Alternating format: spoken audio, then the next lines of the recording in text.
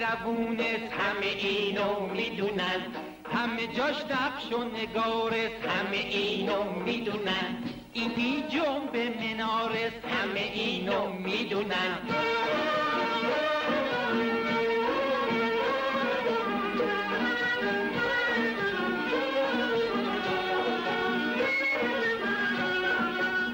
اینجا 33 پلیس، پل نگو دست گلست، هر کسی این منظره نبینه خیلی خلص، هر کسی این منظره نبینه خیلی خلص.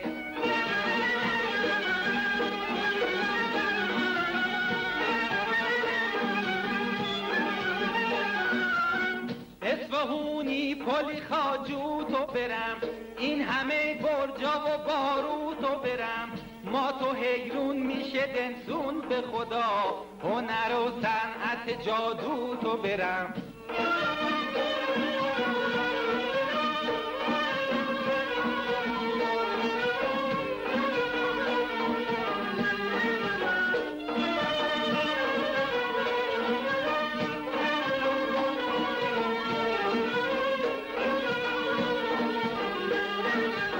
وای بنازم گز تو، مردم خوش مرز تو، خربزه گرگاب تو، رودخونه پر آب تو، خربزه گرگاب تو، رودخونه پر آب تو.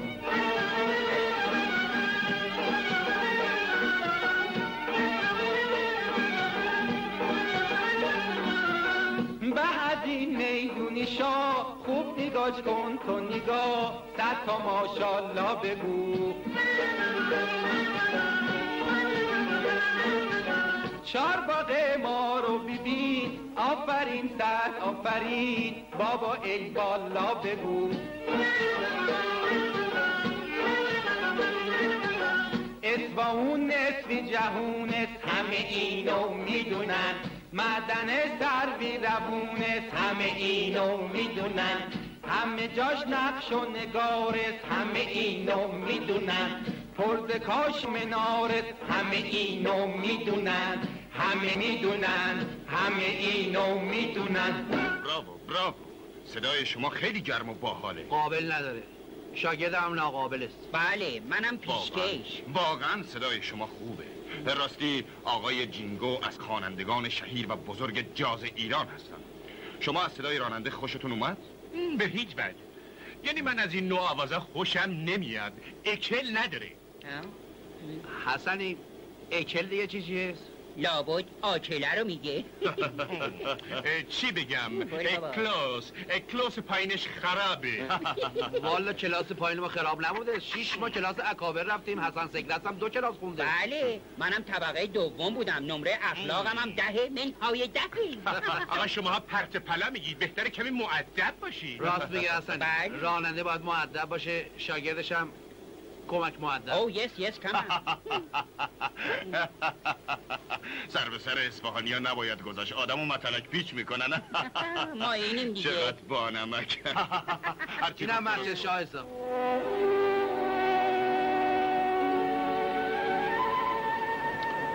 اینا مناره است، طول هر کدومش تا روزی می 42 متر است. ببینم اینا نمی جنبن؟ در مسجد شاه است.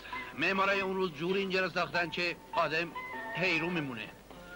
حسن چرا خفه شدی؟ بله این کاشیا از 400-500 سال قبل به دست معمارای اصفهانی کار گذاشته شده و تا حالا اینکه بعضی از این شیر ناپاک خورده. بفهم. بله بفرمایید داخله. اینجا 2 تا گنبد است که رو هم کار گذاشته شده. فاصله 2 تا گنبد 12 متر است، فاصله این گنبد هم تا روز زمین 40 متر است. اینم صدای من است که همه جا میپیچه. تا حالا هیچ کس نتونسته پی به قدرت این معماری عظیم ببره. معمارش استاد علی اکبر اصفهانی بوده است، مهندسش هم شیخ بهایی بوده است. واقعا عجیبه. بله. نه زیاد مهم نیست، ممکنه چند تا میکروفون سری داخل دیوار نصب کرده باشه. قربون هوشت برم آقای جینگو، ببینم چرا با این هوشت خرگوش نشدی؟ مؤدب باش. چشم بنده کمک مؤدبم. آقای تازه، ببخشید آقای جینگو، مثل که فرمودین تو این دیوارا میکروفون سری کار گذاشتن. ممکنه ازتون خواهش کنیم یه دهن از اون آوازهای تر و تازه خودتون بر ما بخونید؟ بله، حیث آوازهای تر و تازه و پاسپریزه شما نیست که ماها نشنویم. بسیار خب، حالا که اصرار میکنید میخونم. خب میکروفون کجا؟ بده خدمتشون. چشم. بفرمایید، اینم میکروسکوپ. چه آقای جیگو عصبانی نشید. اینجا یه محله با حقیقتی است. دروغ و تزریق توش دیده نمیشه. جد آباد ما اصفهانی‌ها اون سالا از این حقه بازی‌ها و میکروفون و بلندگولا نداشتن، فقط مغز و شعور داشتن. غیر از این نقطه هر کسی حرف بزنه صدای خودشه. اما اگه از اینجا بری کنار و وایسی روی این نقطه، اون وقت پی به عظمت صنعت معماری گذشته میبری. شاهکاری که هیچ وقت از بین نمیره. خدای من پیدا کردم.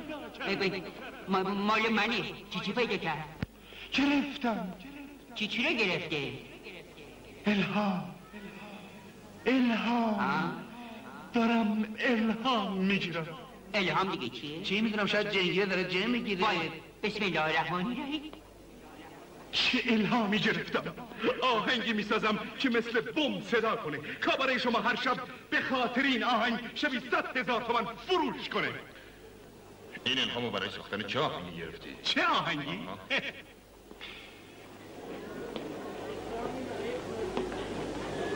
تویست با فرشتگان.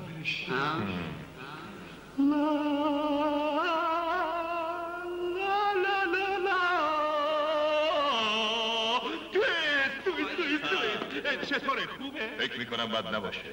نره حتما خوبه. چطور آقای راننده، خوبه؟ بله فکر میکنم خیلی افتضاح باشه. نفهمیدم چی گفت. فرمودن خیلی افتضاحه. برو کنار. گرفتم. دارم میگیرم. الان میگیرم. همین الان میگیرم. چیو میگیری؟ خبره این مسکه پدر. بذار خفش کنم بعد اعدامش کنم. چی شد؟ بی‌تربیت وحشی. من از دست شما شکایت میکنم. شماها هیچی نمیفهمید. شماها اصلا از موجنو بی اطلاعی. حیف من که با شما نشستم جربت میکنم. بفرمایید بریم آقا. خدا حافظ. به درد همون موجنویا میخوریم. ببینم آقا، مشتریای شما از حرکات و خلبازی آقا خوششون میاد؟ مشتریای خلمون آره، از این آهنگا خوششون بیاد. اما مشتریای فهمیدمون نه. چه کار میشه کرد؟ نونو باید به نرخ روز خورد. یه روزی اگه شما به کاباره من بیایی و با سبک خودت آواز بخونی، ممکنه واسط سر دست بشکنن و پول زیادی به هم بزنیم. قربون لطفتون، ما پول نونمونو با همین ماشین قراضی که داریم در میاریم. به هر حال من یکی از اونایی هستم که از صدای شما خیلی خوشم اومده. این کارت اسم و آدرس کاباره منه. اگه یه روزی گذرت به تهران افتاد، یه سری به من بزن. خداحافظ. خداحافظ. گرفتم. دارم میگیرم. چی رو بگید؟ امروز مسافرها آب شدن رفتن زیر زمین. والا بهتره بری تهرون تو کافه اون یارو آواز بخونی و دست از این کار بکشی. نه بابا، میگه همین سنارسشه که اینجور در میارم بده است. تازه که من برم تو اینجا بیکار میمونی.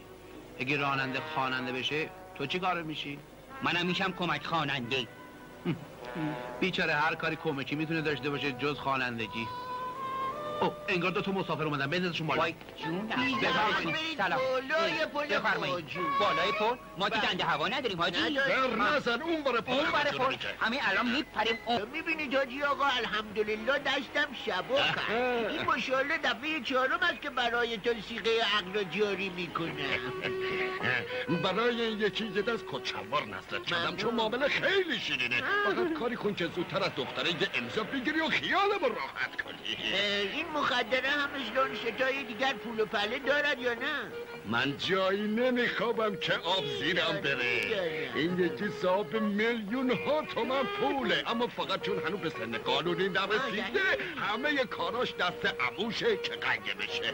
خب اگه عموش راضی به این کار باشد دیگر دخترک حرفی نمیتواند بزنه. من عموش راضی نبود، اما فهمیدم چجوری راضیش کنم. جوونو کنم بشناسیش. افلاک خانو میگم. افلاک خان؟ بله میشناسمش. از اون دندون گرد ها، از اون خرپولاس، از اون احمقای درجه 1 خوب میشناسمش. اما عمو جون مطمئن باشین اگه جسدم هم این میون بیفته حاضر نیستم زنی این حاجی روغنی بیریخت کچل متعفن بشم. شما هم نمیتونین منو وادارم کنی. من قیم و صاحب اختیار تو هستم. هر چه بهت میگم باید قبول کنی. درسته. تا 2 ماه دیگه که 18 سالم تموم میشه اختیار ثروتم دست شماست، اما دیگه اختیار جونم که دست شما نیست. چرا؟ دست منه. هم جونت هم زندگیت. بی خودی منو عصبانی نکن. درست خواستگار تو کمی مسن و بدقیافه است، ولی یک دنیا پول و ثروت داره. تلفن زده الان با نماینده محضر میاد اینجا که موافقت تو رو جلب کنه. قبل از اینکه مجبورت کنم برو خودتو آماده کن. خانمو عصبانی نشید، من الان کارا رو برا میکنم. پروین خانم، عموتون راست میگن. بریم بالا لباساتون رو عوض کنین، بریم. خب حالا چه نکنیم؟ همینجا؟ یو الو چقدر میشه؟ نرخش معلومه است که 2 تا 5 زری. حالا نمیشه یه 5 زری 60 من 2 تا شاهد لازم داری. ببخشید ممکنه خواهش کنم یه دقیقه تشریف بیارید توی منزل خود شیرینی میل کنید؟ برای چی؟ آخه امر خیلی 2 تا شهود لازم داری. هر چی خیرش میونه خودش هم شاهدش باشه. من حاضرم به شرطی که دامادش هم خودم باشم. میخوام پیاده شم. میفرمایید بالاخره شاهد را چیکار کنید؟ شما به این کاراش کاری نداشته باش. اول امضا رو از دخترک بگیر تا که کاراش با خود امضا رو ازش میگیرم. من به هیچ وجه امضا نمیکنم. عمو جون شما میخواین منو به این پیرمرد شکم گنده بفروشین. این کار به نفع توه. میدونی صاحب چقدر پول میشی؟ مگه چه عیبی داره؟ یه مرد جا افتاده به این خوبی به ریخت و قیافش چی کار داری؟ پولشه که برای تو مطرحه. پولش تو سرش بخوره. تو سرسرا منتظر تو هم. میای دفتر امضا کنی یا نه؟ نه نمیام. صدای چه بود؟ چیزی نبود. به نظرم پروین خانم بازم موش دیدم. موش دیدم؟ چرا یک تلموش نمیگذاری؟ آخه این موشی که پروین خانم از شما چایتونو میل کنین تا خودم برم عروس خانم رو بیارم. همین الان میارم. چشم شم من امشب ضیافت میکند پروانه را. من به قربان میروم مهمان صاحب خانه را. تو را قشنگت کردن. مادر تو را قشنگم. ملنگت کردن. تو را لوندت کردن. آفرین. حاجی روغنی حاجی روغنی روغن بپاچ. حاجی روغنی روغنی بپاچ.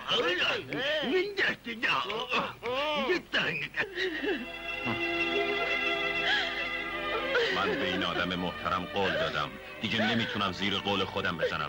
اگه نه دفتر رو امضا کنی اول تو رو میکشم بعد خودم. کشتن یعنی چی؟ پروین خانم میدونن که شما عمو جونشون هستین و خیرشون رو میخواین.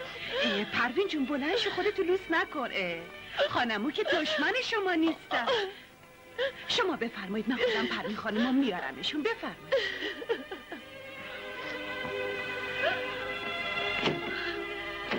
پروین خانم من فکرامو کردم که چجوری پدرشون رو درارم. بلند شو پیرنتون رو عوض کنین بریم. بلند شو پروین خانم بلند شو. پس چرا نیومد؟ من که دلم آب شد. یکم حوصله داشته باش جانم. باش یکم. الان میان. خواهش میکنم یه کمی زودترک. داماد دارد دلش آب میشود. مثل اینکه اومدن. ای خدا جونم این شوهره یا هیولاست؟ گمونم دومیش باشه.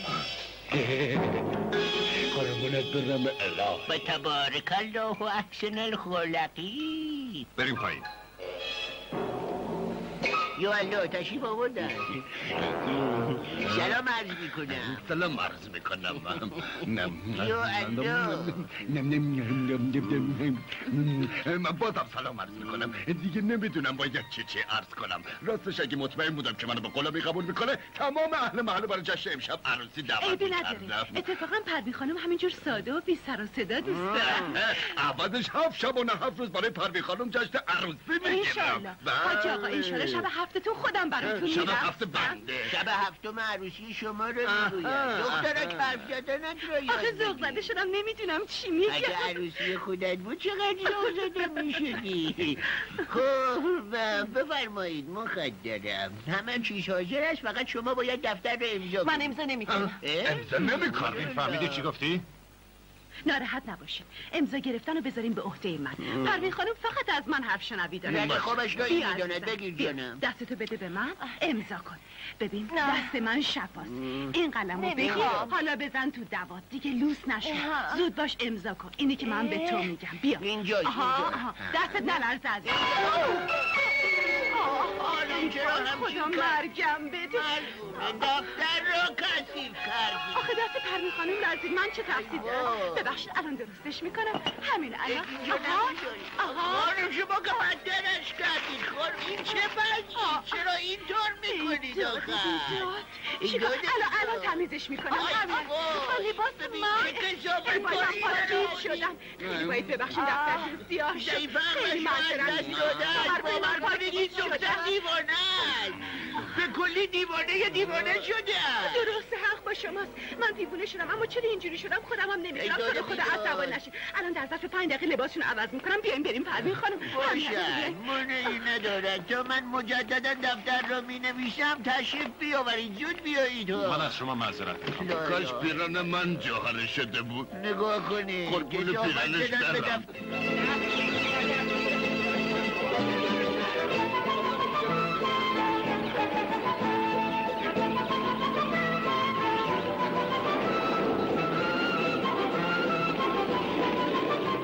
ماشین خنک بشه اصلا امام بپریم تو خونه خنک بشه. آره یالا بپاییم اینه بریم تگری بشیم. بپرینم من بودو من ندونیستم بپرم. به ماشالله چه هیکلی. درام دیگه بود. با منی؟ نه بابا با خودم هم. تماشا کن لبنیات. آره خوبست اما حیف که از خاک بیرونه.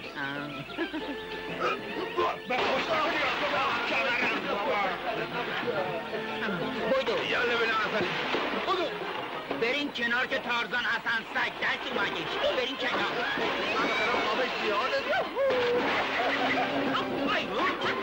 زری چی کار میکنین؟ زود باشین. الان میایم خانم و 1 دقیقه دیگه. یالا پروین خانم از پنجره برو پایین. زود باش نترس من هواتو دارم.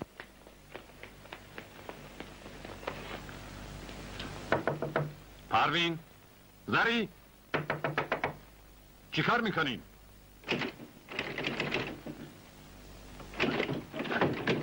یعنی چی شده؟ نمیدونم. بریم قبلا ببینیم چی شده. باید برویم ببینیم.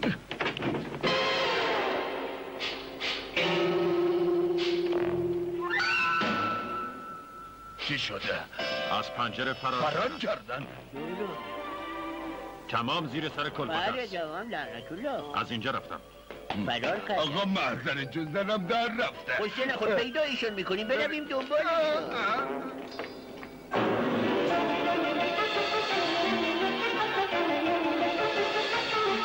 اونه هاشون دارن از خونه میرن بیرون. لااقل میخواستی این دفتر رو امضا کنی بعد بریم.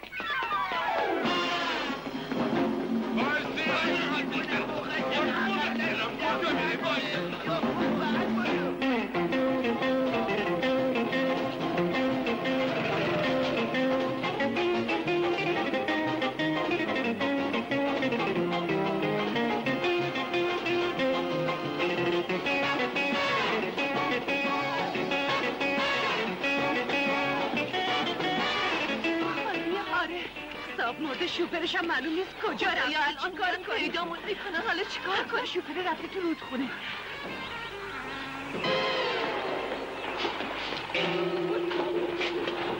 زری لباسای مردم رو برمیداری چیکار؟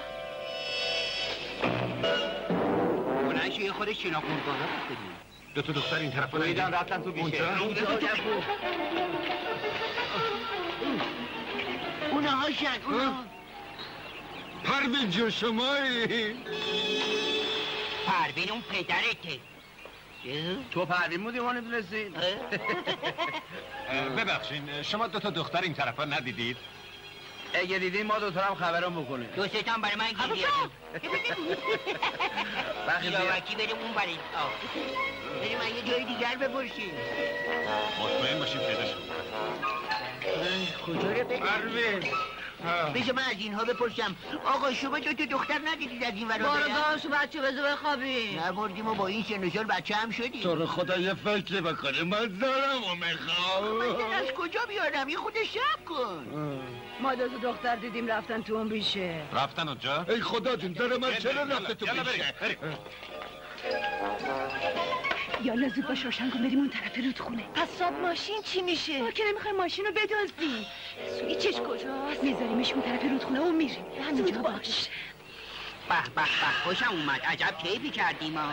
یالا زودتر بوش بریم به سنا کاسه برسیم. ببینم اینایی که دنبال این دخترا میگشتن همونایی نبودن که تو تاکسی ما سوار بودن و 2 تا شاهد میخواستن و صحبت عروسی میکردن؟ چه میدونم کیا بودن. من درست نگاهشون نکردم. به من و تو چه؟ یالا زود باش بپوش بریم دنبال کار زندگیمون. نمیخوام بپوشم. به ما چی که به کار مردم دخالت بکنیم. چقدر تنگ رفته شور رفته سنگار.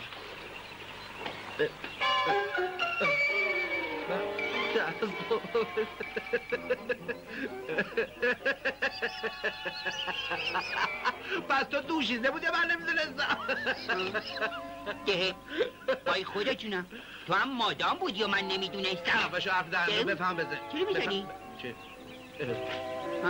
این چیه؟ این مینی جوغ است. نگاه کن مینی جوغ چه بد کرد شوهر کرد. ما رختمون همینجا کندیم. کدوم بیمزه این شوخی رو با ما کرده؟ بلکن بابا بیمزه چیه سکس رو ببین. ما که از مردی خیری ندیدیم. بذار یه مدتی هم زن باشیم ببینیم چه مزه‌ای میگه. نگاه کن بذار 4 قلم هم سرم بکنم کله گرم رو بپوشونم. وی وی وی اوزا خانم بنده دای بشکن و بولو چرا نمیره؟ گفتن ماشین روشن کردن بردنش. ببینم چطور نداری ببریم؟ وایسا بینم وایسا وایسا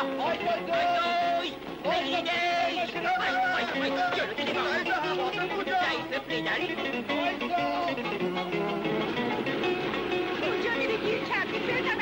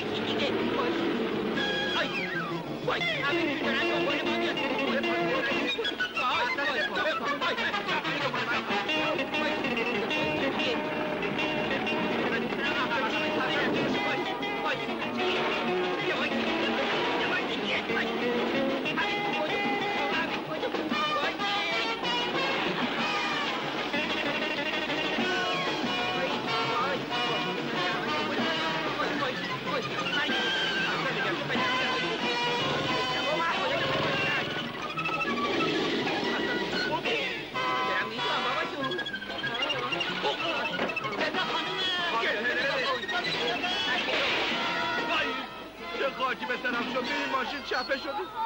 حسن خدا جونم ماشینمون چی شده؟ الهی قربون قد و بالات برم من. بیا ببوسمت ماشین من. چی شده؟ تو چرا اینجوری شدی؟ آقا اینو بیا کمک کنی. ماشینمون دمر شده. چه خاکی به یالا آقا این لختی خودته. بیا مکن بیا کمک میشن.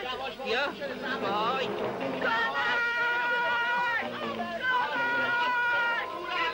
چی شده خوشگله؟ خوشگله ننه برو کمک بکن ماشین رو درستش بکن. بیا تو رو بخدا. چشم عزیز جون. یالا آقای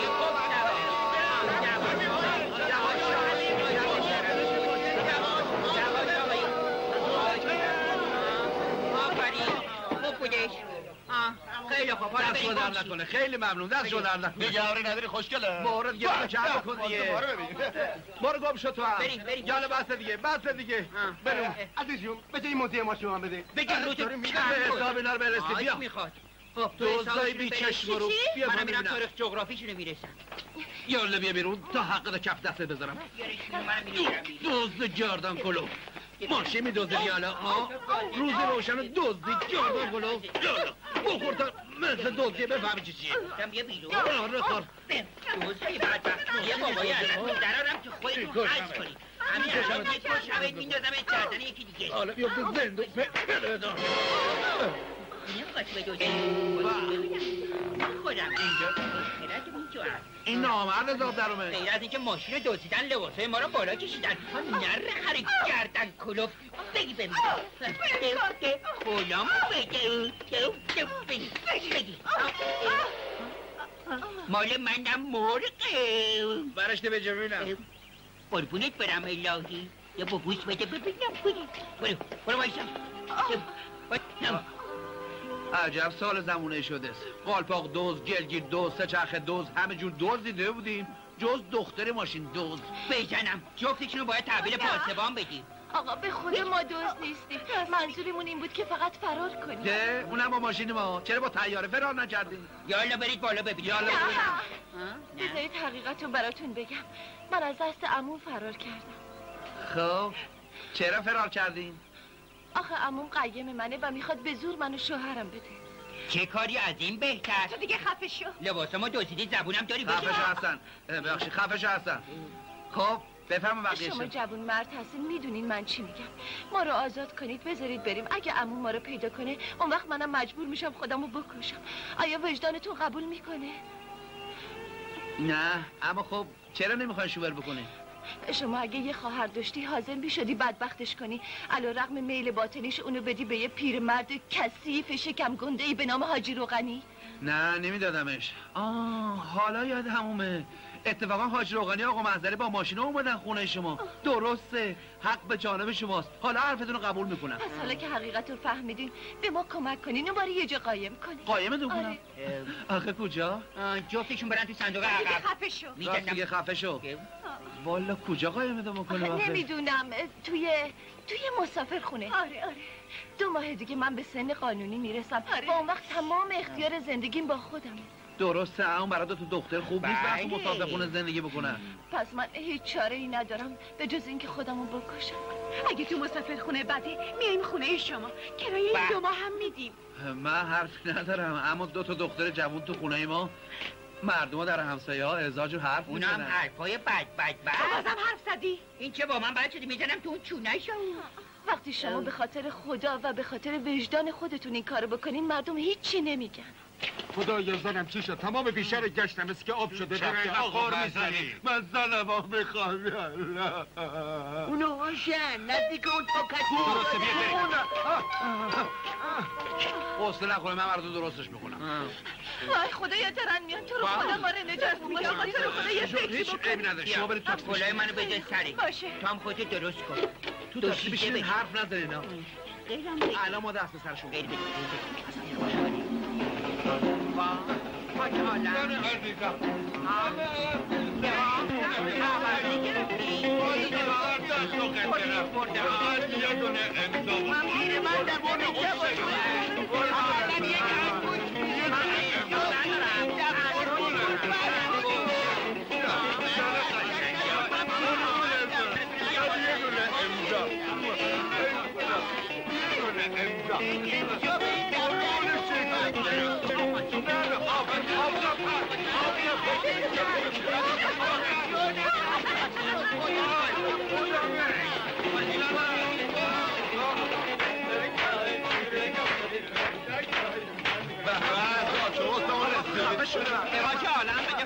مادر نداری؟ دست بگه سرم فرار کرد آقایون اجازه بدید خیلی ببخشید خدا چه خاکی به سرم بریزم آقا عبی بایسا منم بیام همین الان سرما میخورم آقا عبی بایسا میرم بایسا زنم زن عزیزم بایسا بابا اینا رو بردن سوار شو اگه ما رو بگیرم برای سرم سرم فرار کرد خدا چه خاکی به سرم بریزم زنم با تاکسی برد یه فکری به حال من بکنید چه فکری؟ یا زنم رو بدین یا پولم رو بدین بایسا اقلا این دفتر رو لا بیا بگی گورتو گم کن برو ببینم حق از زمین جدا کنه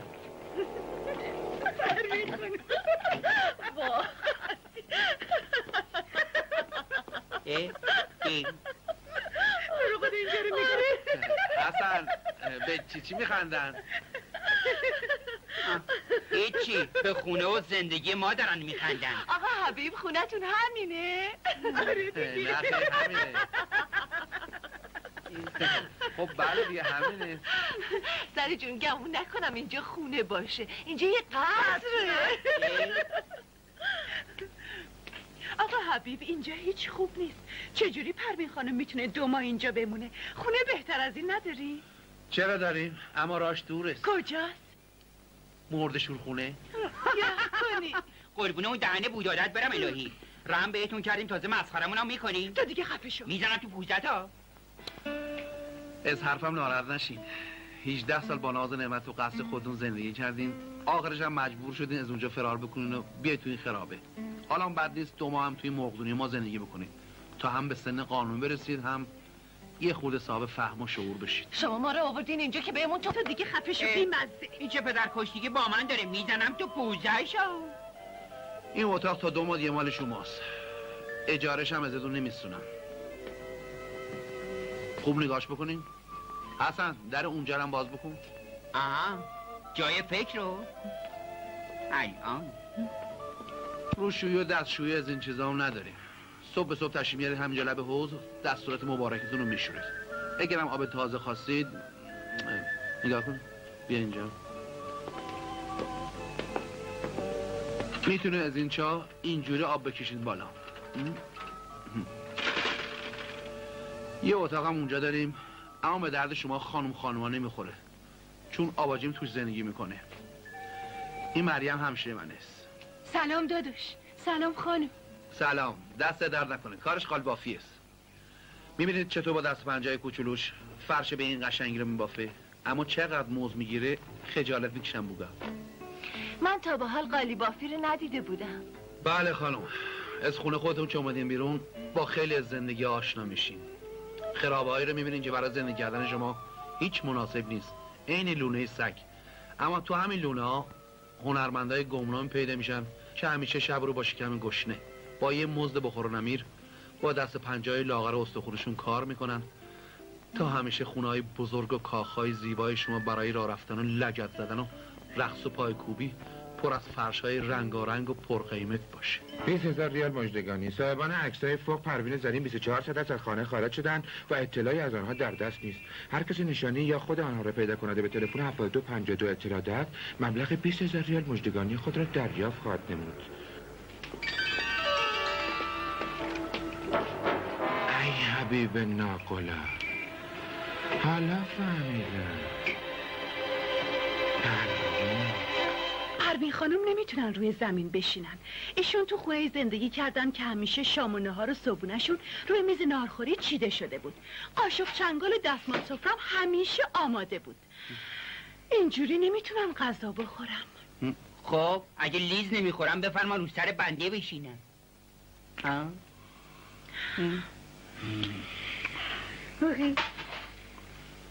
بخیز حسنه. بخیزیدم. بی زحمت بفرمان بریم اون طرف تا براتون میز بچینیم. گم حسن خوشکی به جلو بینه. اومدم. من حالا بگیر. بگی به من. سامه رو بگیر. بگی به من. یالا بگیم بچه.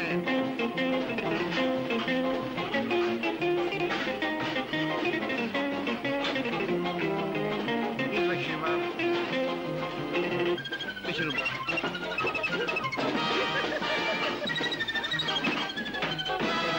صندلی بذار. بفرمایید میز ناهارخوری چی طوره؟ بفرمایید. بفرمایید.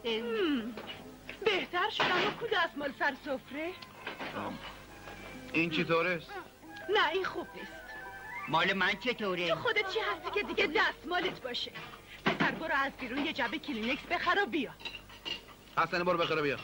واه واه این شام چه درست کردید؟ اصلا چقدر اینجا هواش خفه است، چقدر بوی بد میاد. گمونم از این باشه. از من نیست، از اونجاست. زود باش بیا برو یه قوطی به بخر بیار بزن تو اتاقا. 2 تا سطل آبم بریز تو توالت. یه شیشه امشی یا اینکه پیک پاک بخر بزن تو حیاط و اتاقا. دلم میخواد یه دونه مگس و پشه اینجاها دیده نشه. زود باش. ده جرماتت برده زود بخره بیا دیگه. آخه پول کم دارم. بازم کمه؟ بترکی تو اول آدرس دخترها رو به من نشون بده، اینقدر بهت پول میدم که سیر بشی.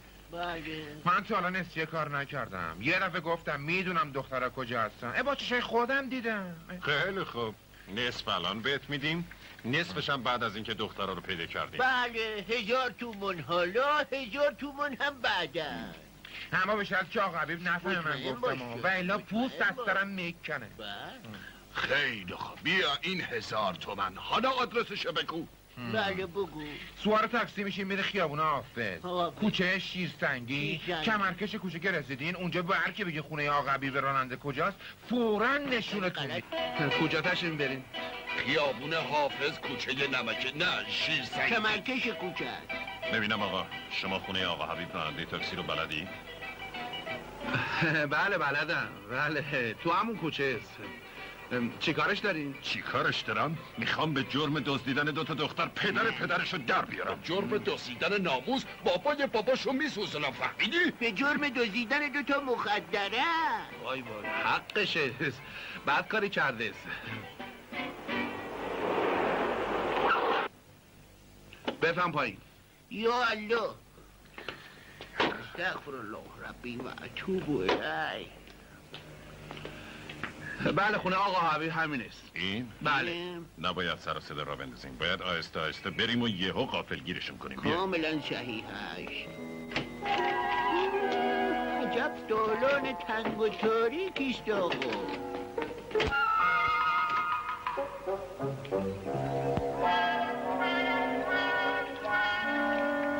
یه سر بود جلو خونه دوم بستده بودم، یه آدم یکی از خونه دوم رو تاکسی خواست. منم مثل قرقی رفتم جلو، آبجو در ببندش. یه دفعه دیدم حاج روغنی عمود آقا محضری نشستن تو ماشین، منم مثل فشنگ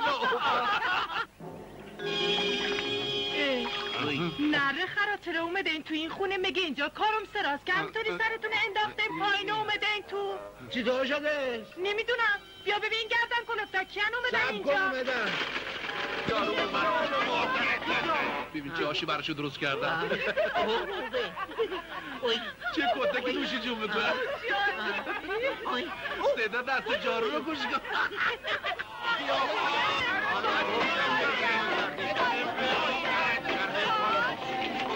زود باشه تو مشغول کته خوردن، فرار کن بریم. آقا کجا بریم؟ نمیدونم دوستو میریم خارجش. من رو اشتباهی به ما نشوندن. یالا بریم سوار بشیم. زود باشه. یالا بچه‌ها میخواید من حاضر باش تو ما الان برگم یا ببرم بدین. زود باش آقا. اونا شدشونن. آی آقا محضری زن با بردن اون جهنم. تکلیف پولایی که تالا خرج کردم طوری نمیشه. نمره تاکسی رو برداشتم، هر جهنمی برن.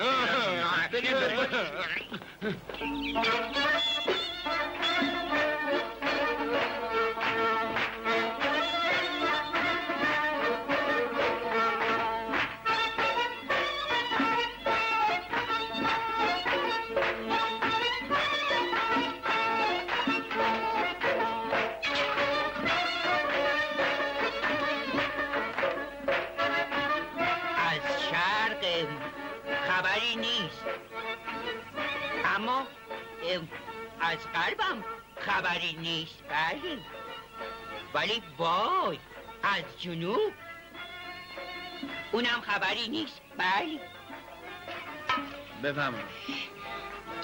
این چه غذاییه؟ پس قاشق و چنگالت کو؟ اصلا من امروز دلم جوجه کباب میخواد. اشتها رو برم خانم، اینجا کوسوفه جوجه کباب پیدا نمیشه که، اینم با 1000 زحمت درست کردم. میتونستی بری از شهر واسم بگیری. پروین خانم راست میگن، تا حالا از این غذاها نخوردم. لا مثل اینکه آب شدن رفتن تو زمین. 10 شبانه روزم شده باید بگردیم و پیداش. بسیار خوب میگردیم. باید پیدایش بگردا. حسین آقا حبیبو ندیدی؟ نه ندیدم. پس برو. آهای وایسا. اسمان آقا حبیبو ندیدی؟ چرا داشت میرفت طرف کوسوفه؟ رفته کوسوفه. وای چه خاک بسرم شد، زنم بردن کوسوفه. اینجوری که نمیتونیم بگیریمشون، باید با پلیس بریم. زود باشید سوار شید. بیایید سوار شید آقا، عجله کن زن جانم. منو اونجا بردن چکار؟ برو جانم کوسوفه بابا. آخه نیمرو هم شد قضا. والا من یه کف دستمو نخونده بودم که خانم نیمرو رو جزو قضا نمیدونن. به اندازه موهای سرتون بیچاره و بدبخت تو این شهر هست که هنوز طعم نیمرو نمیدونن چیه. ما رو ورداشتی آوردی تو کوه و بیابون، یه غذای کوفته هم گذاشتی جلومون، تازه کنایه هم بهمون میزنی؟ نفهمیدم. یه چیزم طلبکار شدید؟ از کار و زندگی بازمون کردین، تازه ارث جد آبادون هم ازم میخواین؟ تا 2 ماه دیگه که به سن قانونی رسیدم و اختیاری زندگی و پولم افتاد دست خودم، کلیه مخارجی که کردیم بهتون پس میدم. پولتون رو بزنید تو جیب خودتون. من قول مردونه دادم این مدت ازتون نگهداری کنم. غذای امروزم اینه، میخواد بخورید میخواد نخورید، خودم میخورم. بیا با جلو بخور. تکلیف من بدبخت چیه؟ منم گشنمه. تا که باید اینجا دیده بانی بکنم؟ تا دیگه خفه شو، همونجا بشین، از جاتم جام نخور. من اینجام حق ندارم حرف بزنم؟ نه خیر. بمیری عقدت نمی کنم. جلو بخور. بابا دارم از گشنگی سقط میشم، پس اقلا جیرمو بفرستیم بالا یه خورده بلوم بونم. بکش بالا. کشیدم. نوش جونت حسن سگیده است. الان میخورم با حج میکنم. قضیه من با آسانسور اومد بالا.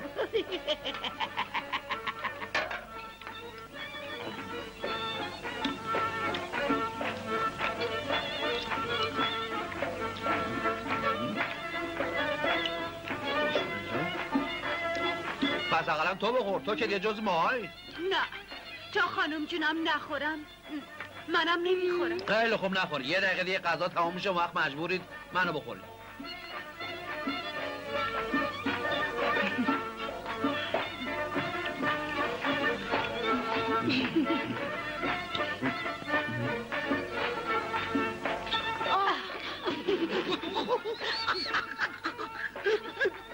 چه گرفتنم بلد.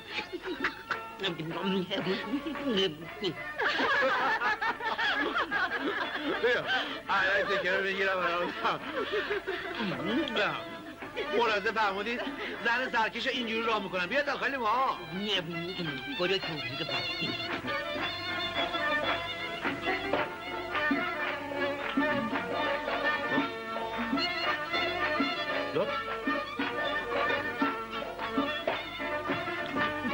که حولشو برداشته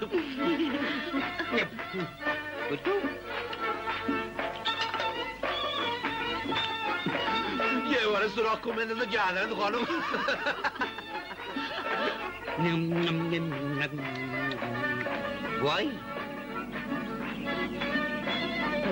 وای خدا جو، یه جیب داره میادش بالا.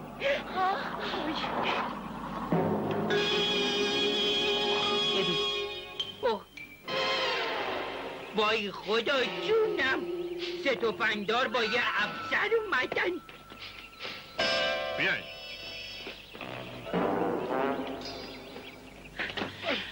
خودشون دارن میان بالا. آقا عبید حالا موقع زدن نیست، دارن با آجان میان. هیچ ناراحت نشی، بزن بیام بالا، مهم نیست. چطور مهم نیست؟ حالا چیکار کنی؟ گفتم مهم نیست. حسن زود برو به بچه‌ها بگو چیکار بکنن. زود باش. شما بشینید خود فرد باشین. نگرانی که گفتم یادتون باشه الان موقع شهوت میکنی. بچه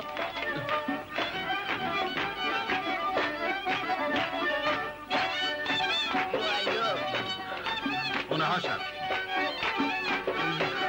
چه برسرم، ببین چه جوری زنم و بغل کرده. خودشون هم فرمودین، خواهش میکنم بدون چون و چرا جلبشون کنید. باید تیر بارونشون کنید. باید سنگسارشون بکنید. بشه دوید اول حقیقت معلوم بشه بعد بفرمایید بریم. خواهش میکنم ساکت شد. خواهش جناب سروان، همین 2 نفر هستن. خواهش میکنم دستگیرشون کنید. برای چیکار کردن مگه؟ برای اینکه این 2 نفر شما رو اخوال کردن. شما 2 نفر را از من دزدیدن. کی گفته؟ عموی شما آقای افلاک شکایت کردن. عموی من خیلی بیجا کرده. اینا ما رو اقفال نکردن، ما اونا رو اقفال کردیم. خلاصه حالا خیلی هم خوشبختیم، درسته عزیزم؟ آره درسته، خیلی هم درسته. من و حبیب دیشب عروسی کردیم، همه این جمعیت هم میدونن، درسته؟ امروز هم اومدیم ماه عسل، درسته؟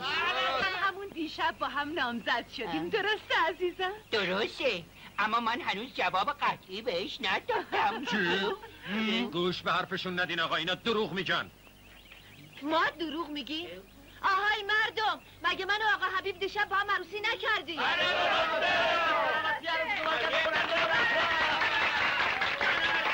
وای خدا چه خاکی به سرم بریزم. حالا بعد از این تکلیف پولایی که من دادم چی یه دقیقه میشه؟ دندون رو جگر بذار ببینیم چه میشه و داخل. چرا ساکت شدین؟ به افتخار عروس اومد رقص شروع کنه. یالا بچه‌ها.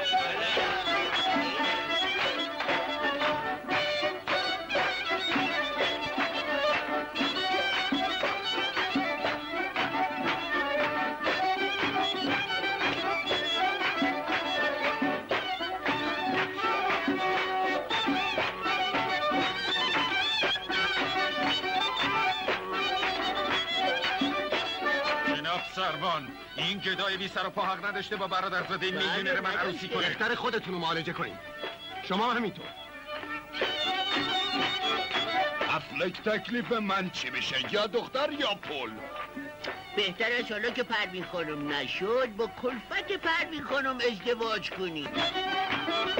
خب اونم بد نیست. اقلا دستم به یه جای بم میشه. دیگه اینقدر چرند نگید. این دختر پروین چه عروسی کرده باشه چه نکرده باشه مال توه. باشه مال من باشه. آخه من میخواستم زنم دست اول باشه. دست اول چی از جانم؟ والله دست دوم بهتر است. من خودم تا به حال 10 تا دست دوم و سوم سیخه کردم.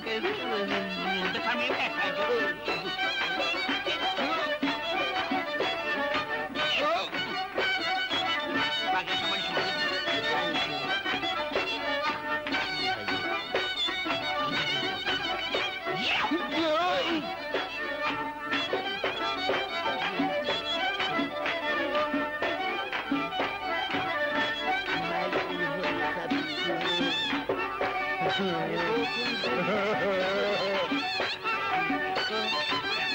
ایو هم خوب چیزی.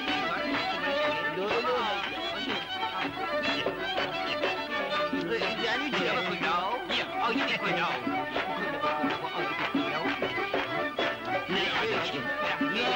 ایو خجالت بکشید. نگاه کنید.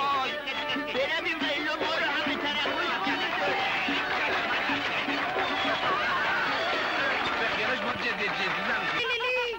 نچک زدیم نچونه عروس اومد تو خونه. آی بری باخ یا بریم. مریم جون نشید وقت چرا درست کنم زود باش. چای حاضره هستم یه براشون ببر. برو اصلا چرا رده بیارم. پولام افتاد. عجب دروغ گنده ما گفتیم. خیلی خوب بود. خب آخرش باید چیکار بکنیم؟ نقشه بعد اون چی باشه؟ هیچی. مجبورم تا 2 ماه تو این زغالدونی بمونم تا به سن قانونی برسم و اختیار تمام داراییم بیفته به دست خودم. اون وقت اینقدر پول بهت میدم تا بتونی به این زندگی نکبتبارت یه سر و صورتی بدی. خوب شده با کوک خانوم پر افاده. اگه یه دفعه دیگه به من زندگی من سرکوف بزنی دومده میگیرم از این خونه میندازمت بیرون. معذرت میخوام آقا حبیب، من به شما توهین نکردم. منظورم زندگی محقرتونه. قصدم من فقط کمک کردن به شماست، همینو بس. لازم نیست کمکم بکنی. الحمدلله دست دارم، پا دارم، بدنم سالمه. چشمم بابا قوری نیست. میبینی که به جز خدا که بالا سرمه به هیچ پدر سوخته احتیاج ندارم. که بیا هنوز زن و شوهر نشده دارن ادای زن و شوهرهای راستی رو در بیارن. تو دیگه خفه شو بی‌مزه. دختر تو چرا اینقدر میزنی تو ذوق من؟ بفرمایید بشینین چایتون رو بخورید. بگم من عادت ندارم رو زمین بشینم. من عادت دارم همیشه چاییمو سواره بخورم. خیلی خوب سواره بخورید. ممکنه چایتون رو پیاده کوف کنین؟ بفرمایید همینجاست. یا الله سلام عرض می‌دارم. علیک سلام علیکم. بی دعوت خوش اومدین. بیا بارو. حیف نیست اون همه ثروت و خونه و زندگی رو گذاشتی اومدی تو این سگدونی زندگی میکنی؟ تو هم میتونی به اینجا داخل ما. یه لونه سگم واسه اون دوتا داری؟ گوش بده آقا، من اصولا اهل جار و جنجال نیستم. خیالم ندارم شما رو اذیت کنم، اما خودت خوب میدونی که تو وصله برادرزاده من نیستی. اختیار دارین. من و حبیب یه عمره داریم 1000 جور وصله جور و ناجور به هم میدوزیم و میپوشیم. این وصله هم تازه به خودم دوختم. گوش کنید، پروین برادرزادم از روی عصبانیت یه تصمیمی گرفته. هر کی هم جای تو بود از این موقعیت بل میگرفت. در هر صورت من حاضرم یه پیشنهاد پرمنفعتی به تو بکنم. چه پیشنهادی است؟ حاضرم هر چی پول بخوای بهت بدم، به شرطی که پروین رو همین حالا طلاق بدی. درست آقا؟ بله بله، از من پول دادن، از اونم طلاق دادن. از من هم مطلقه کردن. خیلی خوب، شما نطقتون تموم شد. حالا گوشونو میبینید من چی میگم. شما یه عمر عادت کردین هر چی رو با پول بخرین و بفروشین، حتی شرفتونو. اما درباره من کور خوندین. اگه تمام ثروتتون هم جلو پام بریزین، این وصله ناجور فروشی نیست، به درد خودم میخوره. مال بعد بخریش تا آبشه. وصله منم اصلا کندنی نیست، خودشو به من دخته. فعلا که برادرزاده شما ترجیح داده تو سگدونی ما زندگی بکنه، اما تو خرسدونی آقا نره. بله. خب فهمیدید که شوهر من غیرتیه. تا نزده له بهتون نکرده زود گورتونو گم کنید، از اینجا گم شید بیرون. شوهر منم با اینکه بخار نداره اما فیلم جلو دارش نیست. چی میگم؟ ندوکمتون به هم دیگه برید گم شید. بسیار خوب، میریم. ولی آقا حبیب بهت بگم تو نمیتونی با پروین زندگی کنی، نمیتونی برادرزاده منو که در یه خانواده اشرافی با ناز و نعمت به سر برده و همیشه چند تا نوکر و کلفت دور و برش بودن نگهداری کنی. اگه چشم به داراییش دوختی مطمئن باش نمیذارم سندرش به دست تو برسه. حبیب شوهر منه و اختیار تمام ثروتمو میدم دستش. شوهرم؟ این دختری که الان شوهرم میکنه چند روز دیگه 1000 جور توقع داره که تو حتی یکیش هم نمیتونی انجام بدی. اون وقتی که 1000 جور سرکوف بهت میزنه تحقیرت میکنه، تو هم نمیتونی سرتو در مقابلش بلند کنی، مجبوری مثل یه غلام خدمتگزارش باشی. تا چشمت کورشه، فضول نمیخوام. این دختر چنگ شما جونورا فرار کرده است، به من پناه آورده است. منم غلامشم تا هر وقت که دلش بخواد.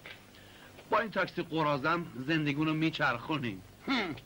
با تاکسی قرازه؟ زیادم قرازه نیست، این توست حاجی.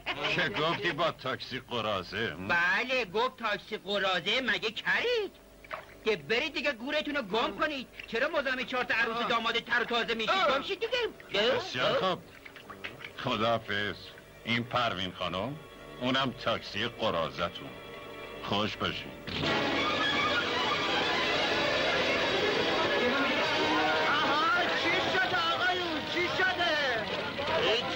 ماشین عیباقات پیش گرفته. ماشین عیباقات عجب بدبختی با آقا عبید بلند شو ماشین رو پیش گرفته. آقا عبید بلند شو، آقا عبید بلند شو، ماشین رو پیش گرفته. وای کی بود؟ تو بودی؟ ماشین دیگه، ماشین تاکسیتون سوخت عبدالله. ای وای خودش گرفته. زود باشه. حالا میگی چه خاکی به سرمون بریزی؟ بودو دوباره بله. خدا اصلا جلوتو نگاه کن. چی شد؟ وای خدا دیدی چه خاکی به سرمون شد. نگاه کن ماشینمو علو گرفته.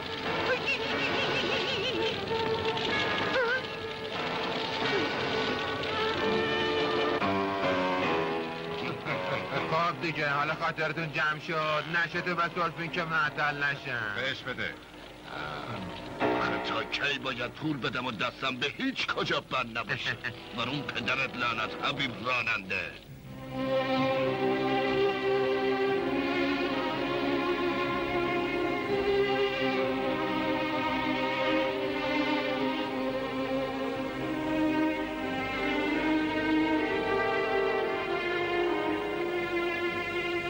عجب ماشین خوبی بود، خدا رحمتش کنه. حالا از فردا این شکم ساب مرده رو چجوری پرش کنی؟ با توپ شرپنه شکم تو جهنم. تکلیف این 2 تا نونخوره اضافه چی میشه؟ فکر ما رو نکنین، فکر خودتون باشین. اصلا این تاکسی قرازی که قصه نداره، مگه کشتیتون غرق شده؟ غرق نشده، آتیش گرفته است. از کشتی هم برام عزیزتر بود. ببین من چند تا انگشتر و حلقه و گوشواره دارم، ذره کیف منو بیار. چشم. ببر بفروش، اقلا گشنه نمونیم تا این 2 ماه تموم بشه. ببینم اینا اصله یا بدلکیه؟ تو خفه شو، باز فضولی کردی. بابا بذار منم حرف بزنم. یالا بگیر دیگه، چرا فکر میکنی؟ آخه به خاطر من بود که ماشین تو از بین رفت. از کجا معلوم است؟ ما که هیچ مدرکی نتونستیم پیدا کنیم که عمودون این کارو کرده باشه. شاید هم کسی دیگه با هم دشمن بوده است. من و تو دیگه نداریم. ما الان ظاهرا زن و شوهریم. کسی چه میدونه؟ شاید هم یه روزی. درسته چیزی نداری، اما در عوض گذشت و جوان مردی داری.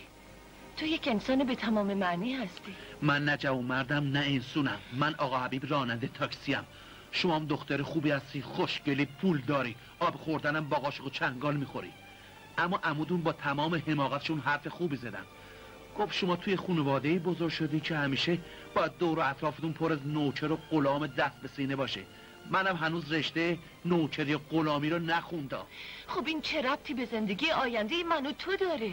خیلی ربط داره. شما فکر آینده نیستی، فکر حالایی. دلتون خوش است که تا 2 ماه 18 سالتون تموم میشه و ثروتتون رو ضبط میکنه. اما سرمایه من همین تاکسی بود که از دستم رفت.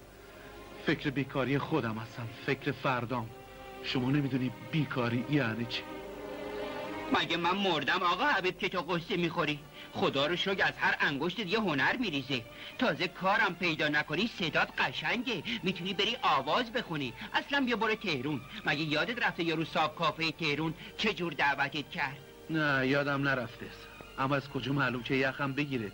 اینقدر جینگو مینگو زیاد شده که دیگه کسی به موسیقی و آواز ملی اعتنایی نداره. اشتباه میکنی آقا حبیب. موسیقی ملی جاش تو دل مردمه. من جای تو بودم با سر و کله میرفتم. مدیر کدوم کاباره از شما دعوت کرده؟ چه میدونم. اون کارتشه. مدیر کاباره خروس طلایی. از کجا معلوم که با شما شوخی نکرده باشه؟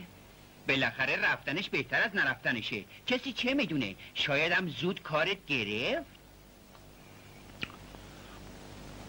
باشه. حالا که به دلت تو برات شده میرم. جونم پس برم چه میدونم و ببندم. صبر کن بذار اول برم نم چطور میشه، بعد خبرت میکنم بیایی. منو چطور؟ با خودت میبری؟ نه شما اینجا خونه خودتونست. همینجا بمونید تا به سن قانونی برسیم. باشه میمونم تا تو برگردی. هرچی باشه بالاخره اسمن زن شما. اطاعت میشه شوهر عزیزم. لا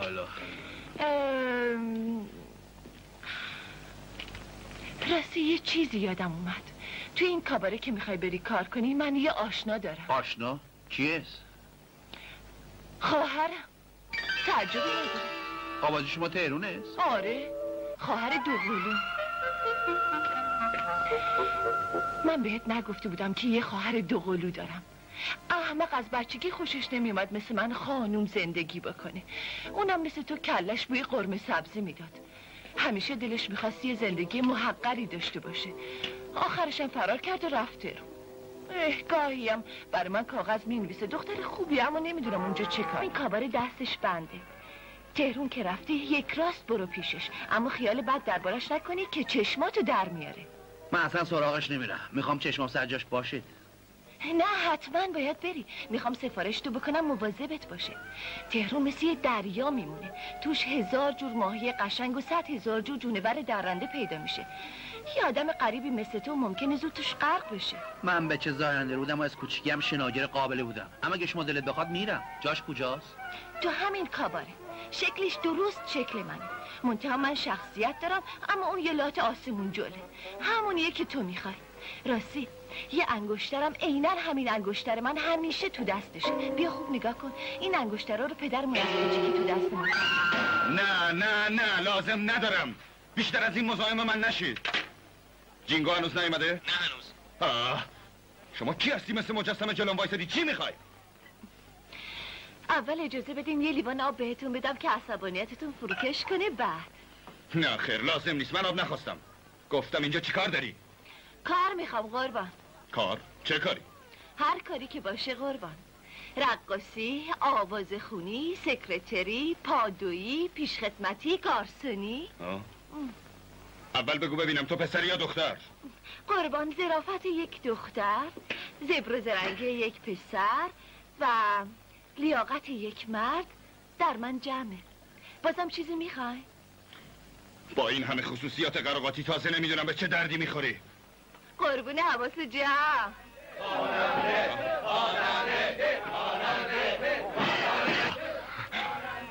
باز این خواننده پرمدعا هنوز نیومده. کیو میفرمایید قربان؟ خواننده. به شما چه خانم؟ اصلا شما اینجا چی میخواید؟ خواهش میکنم آقای جینگوش سرسفه مشتری در اومده خیلی وقتی برنامه شما رو اعلام کردید 100 دفعه اعلام کنید من که به شما گفتم چه باید بکنید همه منتظر صدای قشنگ شما هستم میدونم اما برنامه اجرا نمیکنم چرا؟ آخه چرا؟ چرا؟ به خاطر صدای من شبی 10,000 تومان استفاده خالص داری چرا نمیخوای شبی 1000 تومانشو به من بدی 1000 تومان؟ پس یه دفعه بگو تمام فروشو بدم به تو از حرفت زیاد خوشم نمیاد یا شبی 1000 تومان یا برنامه خبری نیست آخه چطور میشه یه مرتبه از شبی 100 تومان یهو 1000 تومان به تو بدم برای اینکه صدای من ارزش داره ولی حیف که تو ارزش هنری صدای منو درک نمیکنی میفهمم به خدا میفهمم به جان خودت میفهمم اما 1000 تومان خیلی زیاده خیلی خوب برو مشغول شو شبی 150 تومان بهت میدم گفتم 1000 تومان خیلی خوب 200 تومان 1000 تومان 250 تومان گفتم 1000 تومان 270 تومان 1000 تومان باد آباد 300 تومان یه دفعه گفتم 1000 تومان خواهش میکنم به خاطر هنرت به خاطر من به خاطر دوستدارانت خیلی خوب 400 تومان 1000 تومان یک کلوم 1000 تومان یا آره یا نه همینطور بایستادین اقلا شما یه چیزی بگید تقاضا بی تقاضا شبی 1000 تومان 500 تومان 1000 تومان 600 تومان 1000 تومان 700 تومان 1000 تومان جینگوی عزیز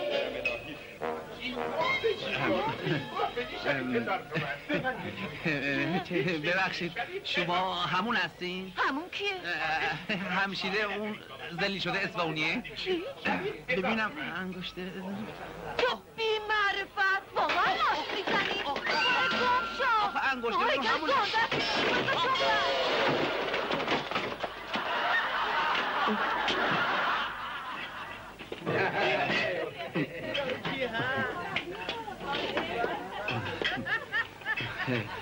سلام علیکم رو خدا خواننده رو ببین خواننده رو ببین ببینم همخوری تو خواننده ای نه خیر رانندم خواننده میخوام نه راننده خب حالا چون شما این هم خوانندم هم راننده راننده ای که برای سی کردن شکمش اومده از تهرون خواننده بشه آوازم خیلی خوبه الان براتون میخونم رانندم راننده‌ام عاشق به گاز و دنده‌ام از امشب دیگه خواننده‌ام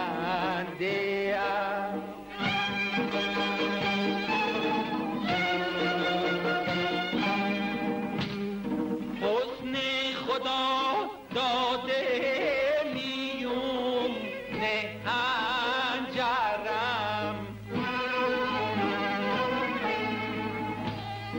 خیال نکن که وقت خوندن پنچرم وقتی که روی سنیام خواننده ام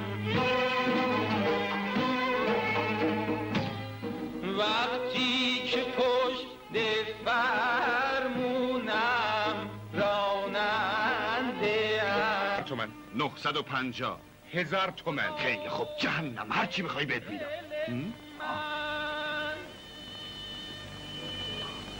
با منو برو ببین کیه داره آواز میخونه من میدونم قربان یه راننده است میگفت از اصفهان اومده ببینید چی میخونه برید این کثافت بندازیش بیرون حرف دهنتو بفهم خفه شو آقای مدیر گوش کنید چه صدای ملکوتی داره میگفت شما دعوتش کردی درسته یادم اومد در سفر اصفهان صداشو شنیده بودم گفتن بندازیش بیرون این صدای قدیمی دیگه هیچ ارزشی نداره خودت ارزش نداری جوجه تیقی من آمدم که کار کنم با غصه ها پیکار کنم خوشحال بشم تو زندگی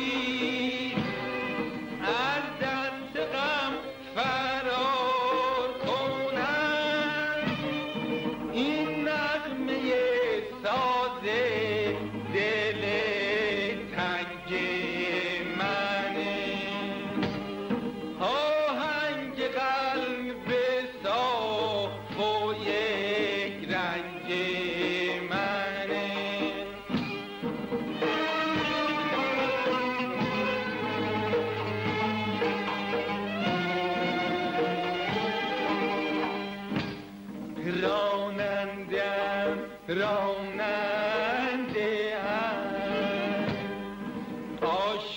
بگاه زودنده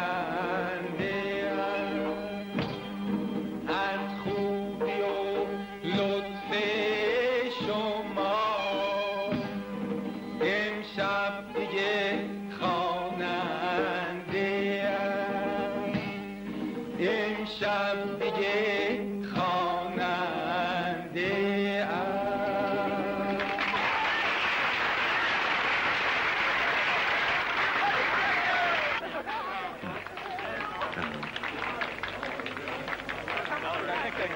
این که هنوز صداش داره میاد چرا دستور نمیدین که حساب بذارش بیرون؟ اطاعت میشه. بیاید. بله قربان. همین الان دستور باشه. امری بود قربان. این کثافت از اینجا بندازید بیرون. خب شبی 900 تومن قبول بندازینش بیرون. بیا بغل دایی. بندازینش بیرون. شبی 800 بیرون. شبی 600 بیرون. شبی 500 بیرون. 400 بیرون. 300 تومن بیرون. بیرون.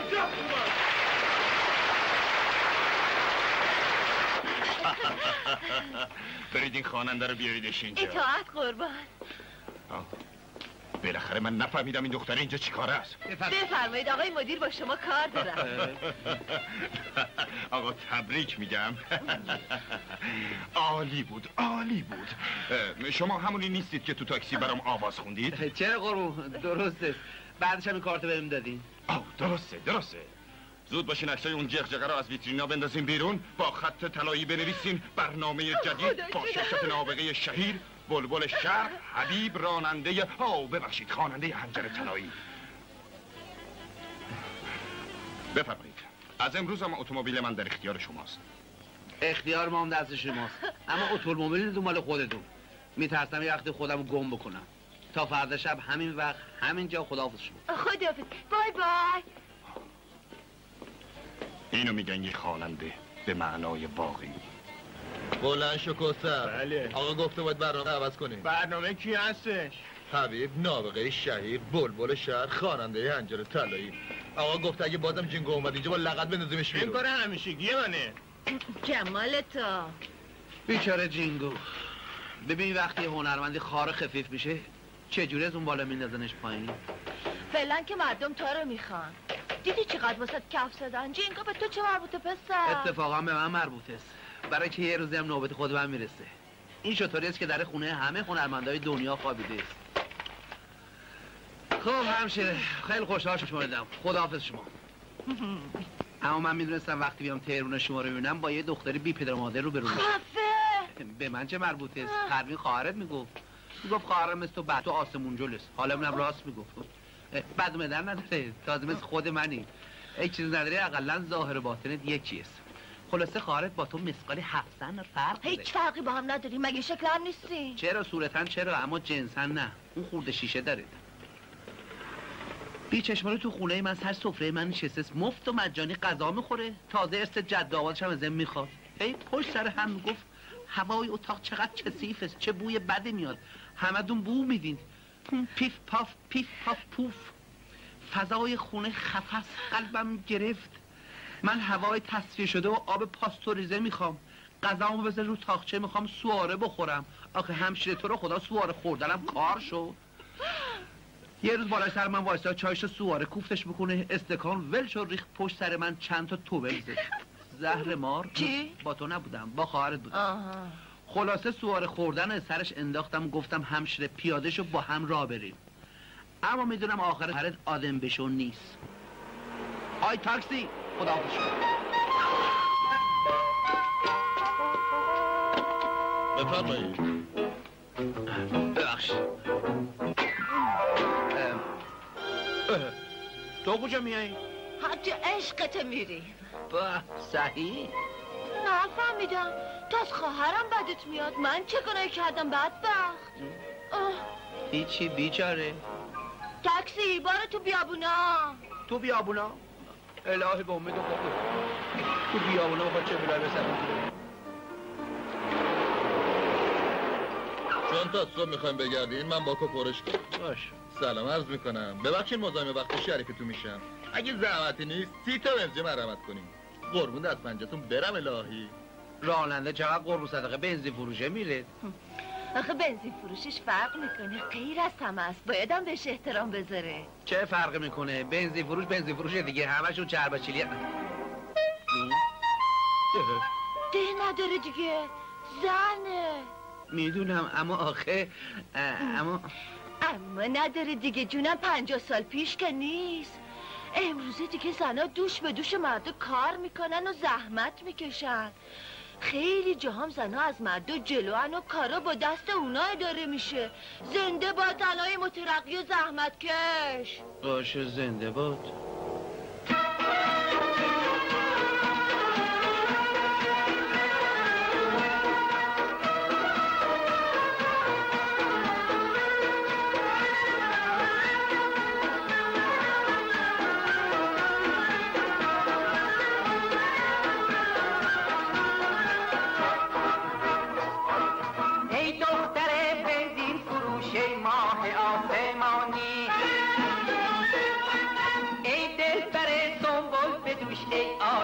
جوانی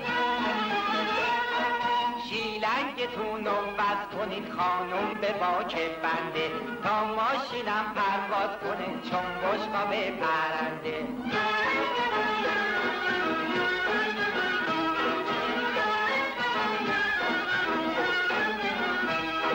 مردم آقا جون شما از دست چشرونی، شما داری لاس میزنی اینو خودت میدونی.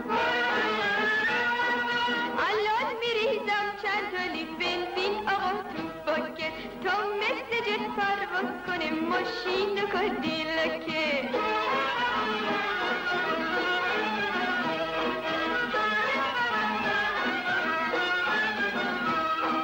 ناز میفروشی ای خوشگله یا این که بنزین میفروشی؟ به هم بگو یواشکی از اون یا از این میفروشی؟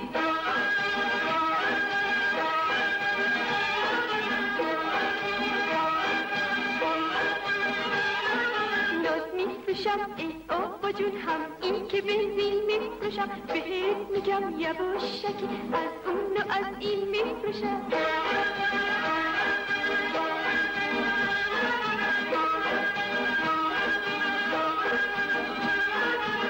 آفرین بر ناز تو ای دل بره بنزین فروش، ای گل عذار نازنین سیمین بره سنبال بدوش.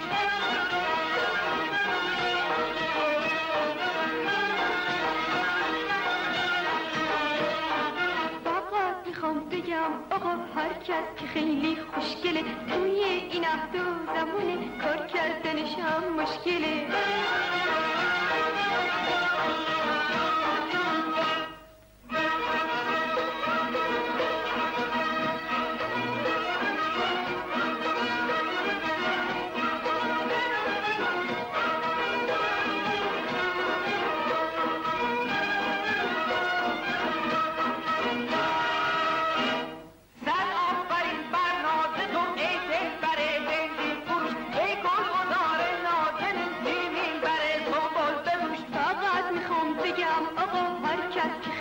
خوشگله روی این عهد و زمونه کار کردنش هم مشکله. بله خانوم قشنگه یاره خوش آب و رنگه، اگه زنها نباشن همون کار و لنگه، اگه زنها نباشن همون کار و لنگه. آره اگه زنها نباشن همون کار و لنگه.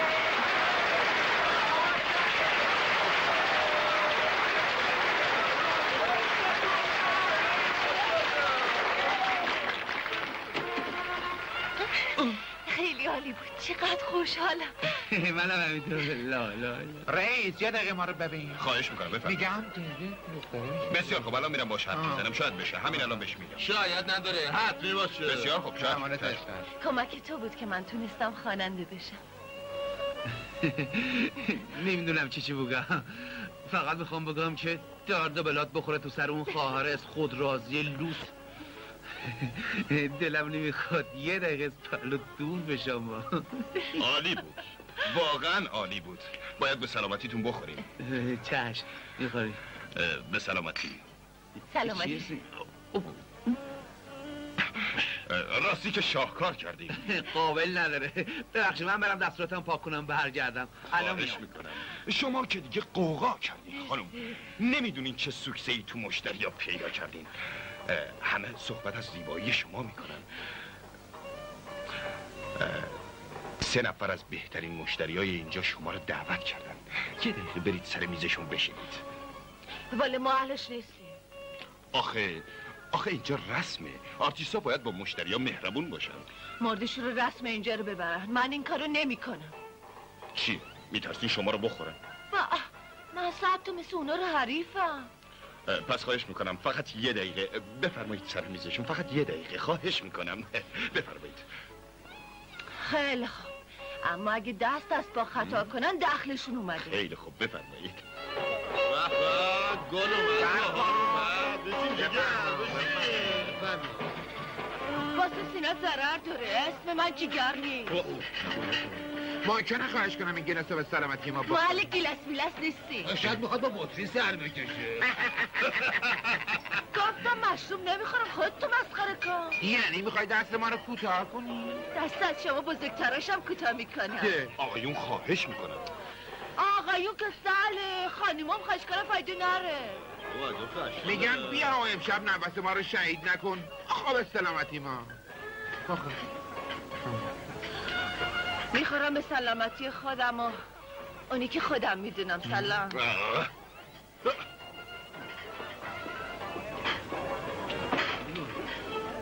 ولی امشب تو مال مایی فقط باز به سلامتی ما بخور.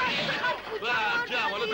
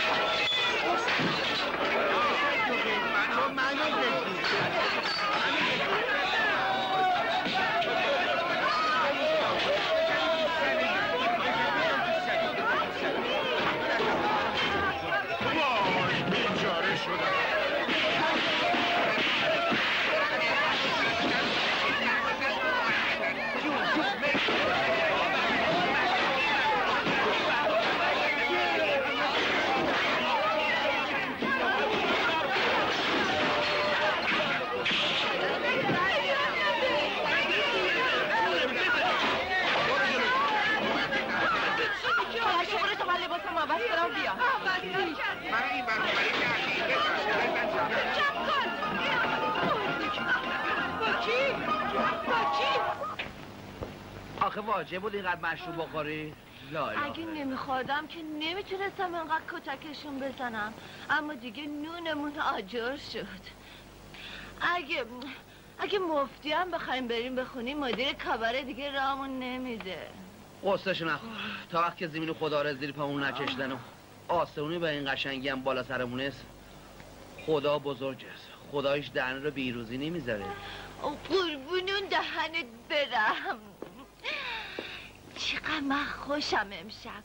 دلم میخواد الان یه شکم سیر دیگه مشروب بخورم و برم حساب مدیر کاباره رو برسم. بس است دیگه. زیادی هم مست بشی خوب نیست. مستم و دیوونه کجاست نفس اومدم زمین خونه کجاست نفس قربون پیمونه کجاست نفس امشب نریم خونه کجاست نفس آدم خوب لول باشه همیشه شنگول باشه با من خوشو بشکنه دلشو به اون خوش کنه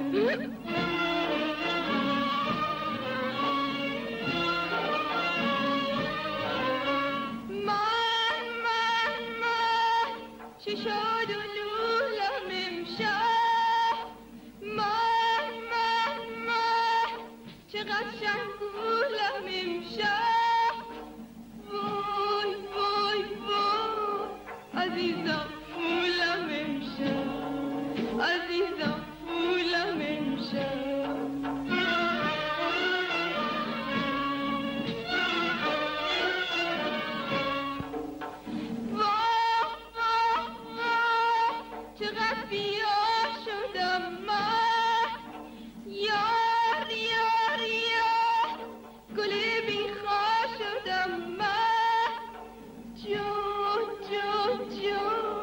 چه خوش اطفار شدم من چه خوش اطفار شدم من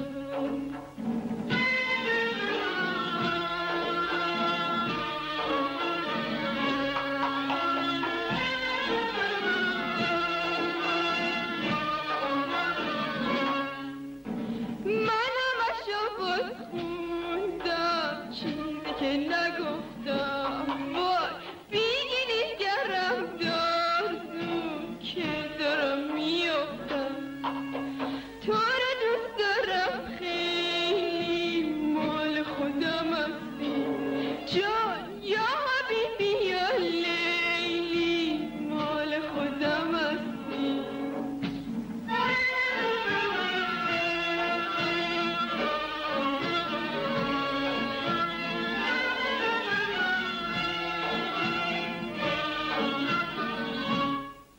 مستم و دیوونه کجاست نفسش آمدم زمین خونه کجاست نفسش قربون پیمونه کجاست نفسش امشب نریم خونه کجاست نفسش امشب نریم خونه کجاست نفس کش امشب نریم خونه کجاست نفس کش امشب نریم خونه خب خیلی خوب نمیریم خونه لا اله الا الله اما آخه کجا بخوابیم همینجا کف خیابون مثل خیلی از آدمای بیچاره ببین چقدر صافه بابا تو چقدر دختر خوبی هستی درد والا بخور تو سر اون آبچی اسفمونی چی گفتی؟ هیچی گفتم آباجی چقدر نازنین است دارم از زور بیخوابی میمیرم آخه بیخواب ببین داره صبح میشه از اینجا یه راست میریم کله پاچه کله پاچه؟ سلام علیکم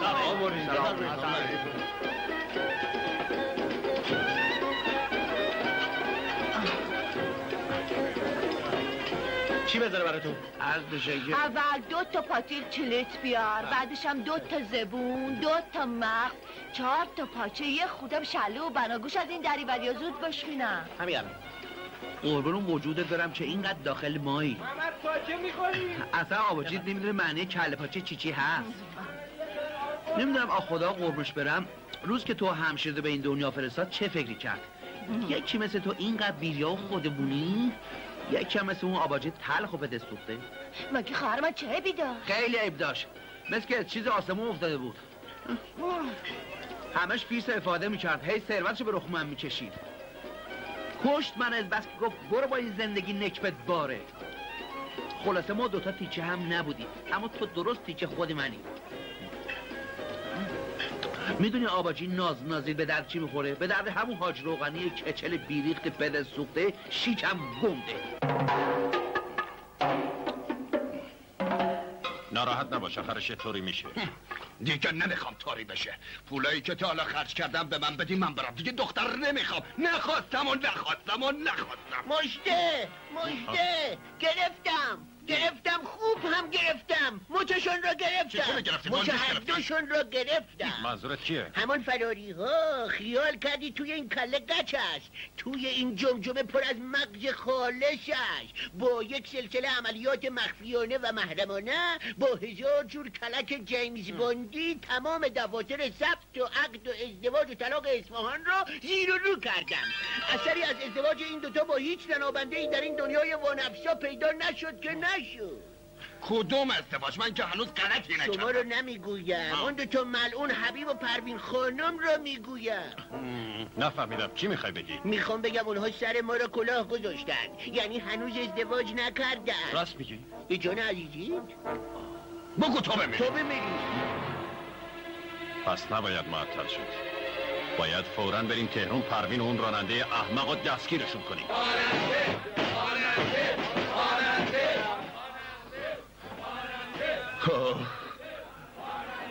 هیچ کدوم پیداشون نشد؟ خیر قربان، هرچی گشتم حبیبو پیدا نکردم. جینگو رو چطور؟ اونم پیداش نکردید؟ خیر قربان. او چرا قربان؟ همین الان آقای جینگو تشریف آوردن. اومدن؟ خدا رو شکر. بگو زود تشریف بیار.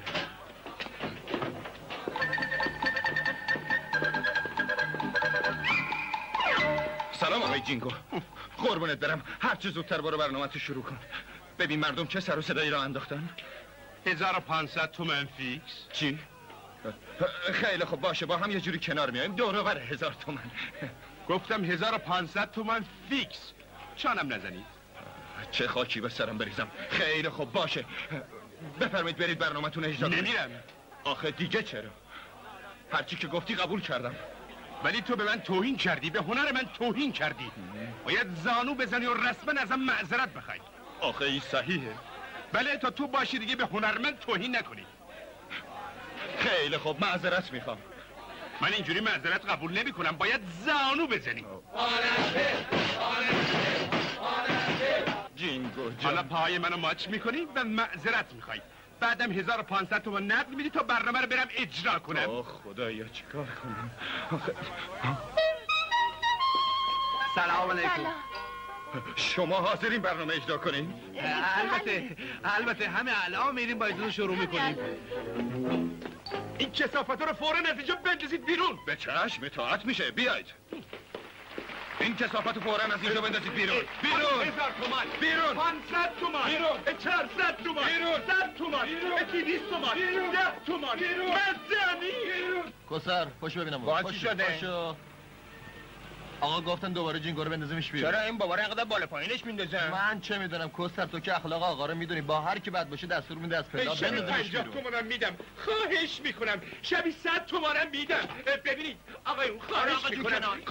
آقا دستور داده، نمیتونم من باید برم آواز بخونم. آقای گرمان، خواهش میکنم عکس منو پایین.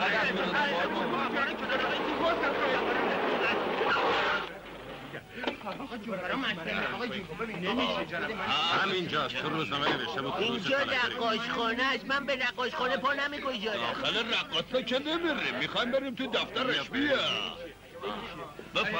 آقایون سلامت کردم. آقای معذرت میخوام، شما تو تشریف برید. خواهش میکنم سفارش منو با آقای مدیر بکنید. چه سفارشی؟ که برم تو آواز بخونم. میخوام 70 سالش یا نخواهم. من سفارشتو میکنم.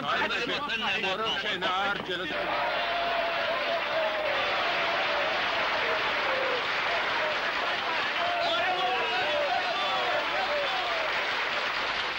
براو، آفرین. اینو میگم برنامه مشتری بیاد. دیگه ولتون نمیکنم. بفرمایید بریم تو دفتر تا بفهمید چه خوابی برای جفتتون دیدم. بفرمایید.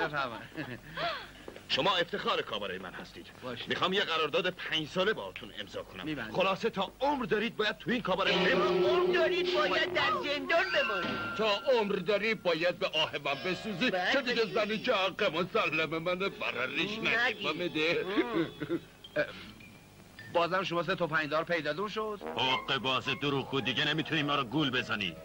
دیگه نمیتونی دختری رو که این همه پول خرجش کردم بده. دیگر مجد باشه، تمام دفاتر ضبط ازدواج و طلاق را گشتم، فهمیدم شما زن شوهر نشده. ما خودمونم میدونستیم شما درازگو شده بودید. احمق، برادرزاده منو میدوزی میری تهرون، میدونی جرمش چیه؟ اینقدر دروغ نگو، برادرزاده پروین همونجا اصفهان است. دروغ به این گندگی پس این مخدره کیه که برای تو ایستاده؟ اون زن منه زن منه. مگه کوری نمیبینی؟ این آباجی پروینه است. فکر کردی منم مثل تو احمقم که حرف پروینو قبول کنم؟ برادرم یه دختر بیشتر نداشته، اونم همینه که پهلوت واسده. احمقا، این همشیره دوقلوی پروینه است. خودت بهشون بگو که تو خواهر پروین هستی. زودتر بگو دیگه.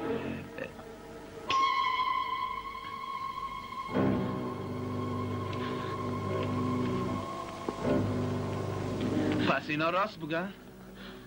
تو منو گول زدی؟ تو خود پروین هستی؟ گفتم خود پروینه. چرا شک داری؟ خوب تماشا کن. بازم شک داری؟ تو حرفای صادقانه منو گوش نکردی و فریب حق بازی ها و صورت ظاهر این دختر رو خوردی، در صورتی که از همون روز اول آشناییتون اطمینان داشتم چه سرنوشت شومی در انتظار توه. حبیب گوش به حرفای اینا نده. میدونستم چطور تو رو مسخره میکنه و مثل یک احمق به بازیت میگیره. حالا تازه این اولشه. شانس تو برد که باهاش ازدواج نکردی و الا میدیدی که هر روز با یک نیرنگ پسترین اعمال و نسبت به تو انجام میداد و تو جرأت کوچکترین اعتراضی نسبت به اون نداشتی. من برادرزاده خودم رو خوب میشناسم. درست شبیه یک بوقلمونه. هر روز به رنگی در میاد. حبیب به خدا عموم دروغ میگه، اون دشمن منه. خافشو حرف نزد. دیگه نمیخوام صدا تو بشنفم. حبیب من به خاطر تو اومدم تهران، من تو رو دوست دارم. اما من تو رو دوست ندارم. خواهر دوقلوی تو رو دوست داشتم. اون از خودم بود. زبون منو میفهمید. با من، با زندگی من، با نداری من اخت بود. یه رنگ بود و صفا و محبت داشت. وایساده و سواره غذا نمیخورد. رو زمین پیش من پهن میشد و هرچی من میخوردم اونم میخورد. حبیب باور کن من همون هستم. نه تو اون نیستی. اون دیگه برای من مرد. فهمیدی؟ خواهر دوقلوی تو مرد. خواهش میکنم گرده نکنه قربونت دارم. بی خود داده قول نکن. فقط امضا بکن و خیال همه رو راحت کن. گرده نکن امضا بکن. چه خاکی به سرم شد. این خواننده هم قهر کرد رفت. حالا تکلیف برنامه آواز کاباره من چی میشه؟ بیایید ببینیم. بله بله. برید جینگو رو بیارید. برید. رسیدی؟ بیا پایین. همه اینجاست. آقا تاکسی چقدر؟ آره همین. بفرمایید. زود پوش بریم. بودو بریم زنی بودو وای بودو. آقا مگه کوری جلو چشمتو نگاه کن. مثل اینکه حبیب بود. حبیب؟ آره نه بابا، کو تا حبیب مثل این آقا بشه. آقا این کی بودش؟ خواننده شهیر بلبل شرق، خواننده حنجره طلایی حبیب. حبیب؟ بله. حبیب؟ بله آقا. حبیب بلبل شرق شده. بله. پنجرش هم طلایی شده. جورم آقا. حبیب من قربونش بدم. حبیب جونم. حبیب علیک سلام علیکم. حبیب جون. آره خودشه. حبیب جونم گفتم سلام. نگفتم حبیب نیسته. احمق خودشه، حتما از یه چیزی عصبانیه. حبیب جون با تو هم منم. گمشید بره. چی میخواد جونم؟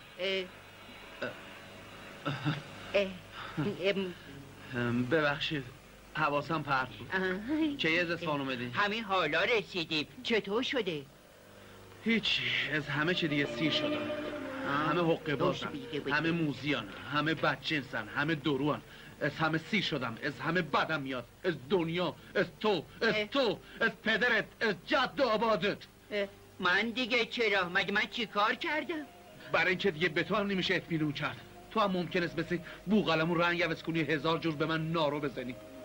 مگه چی شده حبیب؟ میخوای چی طور شده باشه؟ به خاطر خانم محترمتون همه زندگیمو از دست دادم. بازم به خاطر همون خانمتون بلند شدم اومدم تهرون کار کنم که بچه تو خونه من بهش بد نگذره. اما نمیدونستم اینقدر بدجنس و حقه باز است. نمیدونستم این دختره اینقدر درو و نمک نشناس است. من نمیفهمم. مگه چیکار کرده حبیب؟ چیکار کرده است؟ برای اینکه منو دست بندازه خودش عین جوکر ورق درست کرد و جای خواهر قلبیش به من جازه. چیکار کرده است؟ با این حقش قلب من ریش ریش کرد. فکر کردم این دیگه غیر از آباجیش پروینه. این همونی که من میخوام. بهش علاقه‌مند شدم، اما نمیدونستم این دختر از اول تو ذاتش حقیقت اشتباه نداشت. میکنی حبیب، قسم میخورم فقط به خاطر تو بلند شد اومد تهرون. وقتی فهمید تو بهش علاقه ای نداری گفت میرم تهرون دختری میشم که حبیب دوستم داشته باشه. اون این کارو کرد که به تو ثابت کنه دوستت داره. پس چرا اینو خودش از اول به من نگفت؟ آخه تو نذاشتی باهات بیاد تهرون. اونم دید اگه بره خونه عموش باز میفته به چنگال همون اژدها. حالا هم همینطوره. عموی بی انصافش میبردش اصفهان و میدتش به عمو شکم گنده حاجی روغنی. اشتباهی کردم. پروین قبل از اینکه به عقد حاجی روغنی درات حتما خودشو میکشه. اگرم خودشو بکشه خونش به گردن توست.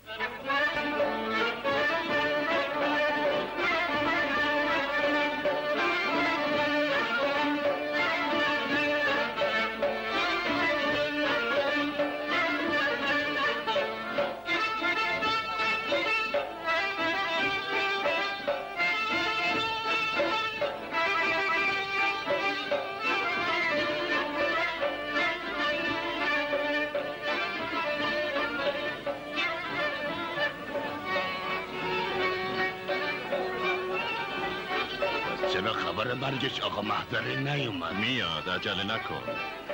ما آخه من بیترسم رأی عروس خانم دوباره عوض بشه. بی خود نترس، پروین تو چنگ منه.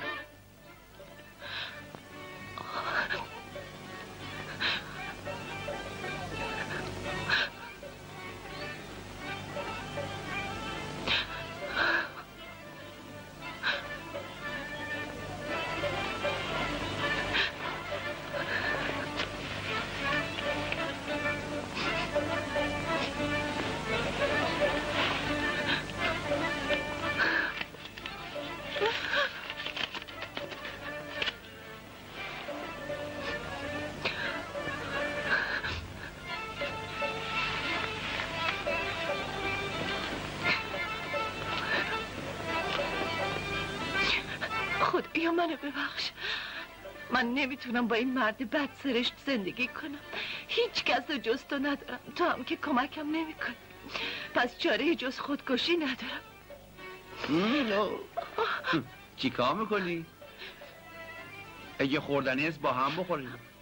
ولم کن، میخوام از دست همتون راحت بشم. بذار خودمو بکشم. میگه خودکشی هرتز، هر کاری حساب داره. باید بشینی حساب کنی ببینی چقدر بدهی داری، همش صاف و صوف کنی، بعد غزلو بخونی. یاد رفت من چه قولی دادی؟ بیا با هم بریم. نه فایده ای نداره حبیب. عموم یه عده گردن کلوف اجیر کرده که اگه تو رو ببینن میکشنت. بگی من مورچم، خیالت راحت باشه. حسن سیدس هوامون داره. کجاست؟ تو حیاط است، پای همون درختی که من ازش اومدم بالا وایساده. بیاریم نگاش بکن. اونا یالا زود باش بگو رفیقت کجا رفته. جون پنجتاتونو تو گور گذاشتم نمیدونم کجاست. ولم کنین دیگه. حیوانه رو دارن میکشنشون. بندازینش بیرون. چند تا مردنی میریزید سر یه گردن کلو. حیف که 5 تا 6 تا بودی میخوردم ایتون. دیدی چه خبره؟ بیا فرار کن.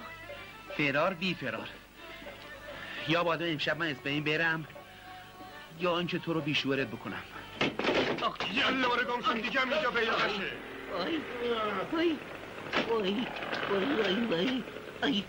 منو یکی خیال داره بیاد تو. کجا معلوم تو خونه نباشه. ارباب گفته هر کجا دیدینا کلکشو بکن. باید حسابشو برسیم. بیایم بچه بریم پیداش کنیم. باید تیکه تیکش کنیم. بریم بابا.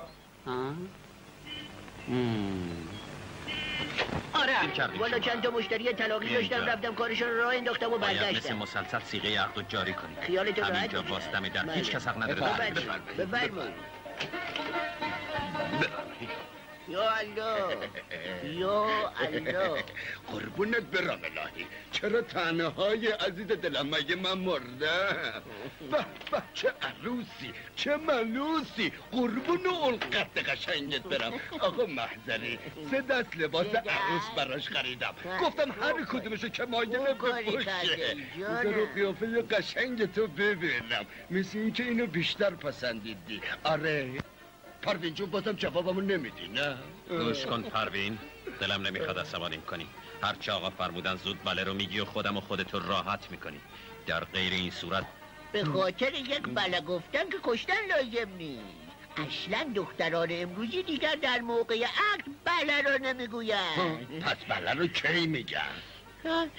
قبل از نامزدی چون خودشون بله رو گفته اند.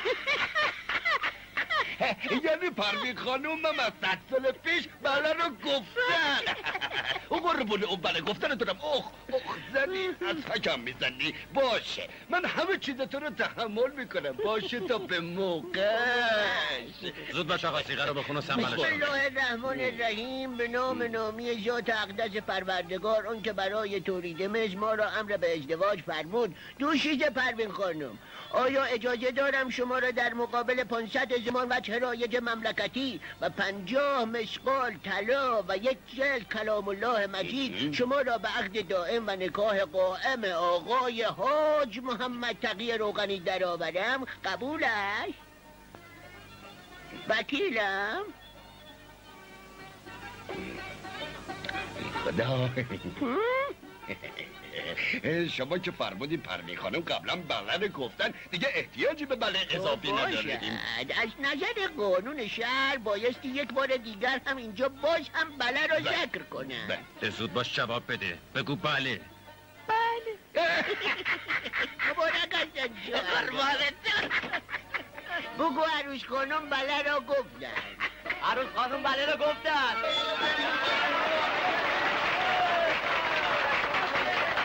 قربون اون بله گفتنت برام الهی. حالا دیگه میتونم زنمو ببوسم آقا محضری جون؟ هیچ هر غلط دیگری هم بخواهی میتوانی بکنی. خب چجوری ببوسمشم؟ اول باید لخشم. حالا میرم زیر تور. اومدم بده من لبا.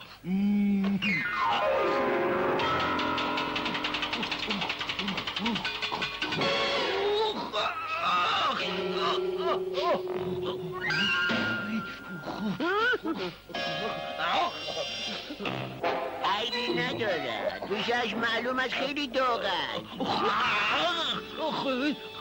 نعوذ بالله، من تا به حال اینجور بوسه طولانی ندیده بودم به عمرم. بگو غلط کردم، دیگه زن نمیخوام، اصلا زن نمیخوام. خودکش میکنی مرد؟ چه خبره؟ بگو من طلاق بده. الان میگم طلاق بده، یعنی من طلاق بده، یعنی هر دومون طلاق بده. نمیخوام، زن نمیخوام، غلط کردم.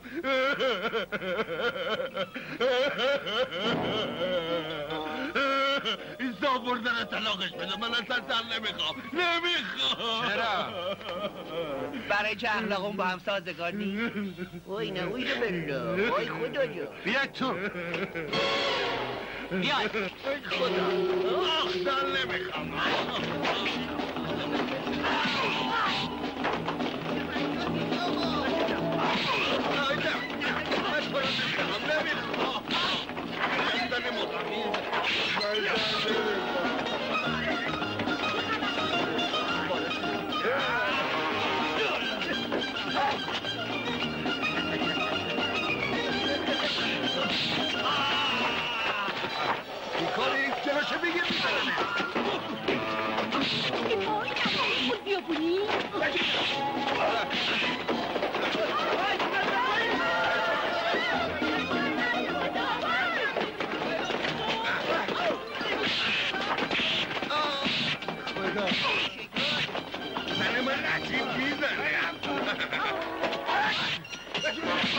ارزه ها بکشیدش، خفاش کنه. به درک واسلش کنه.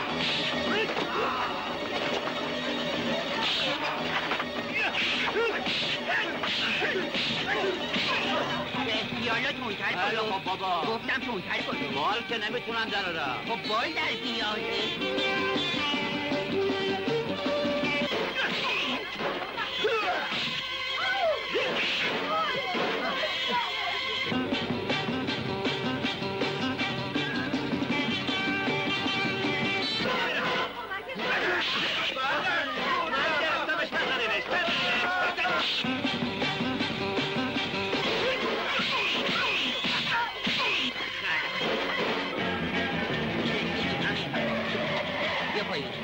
بچه بیایم پایین.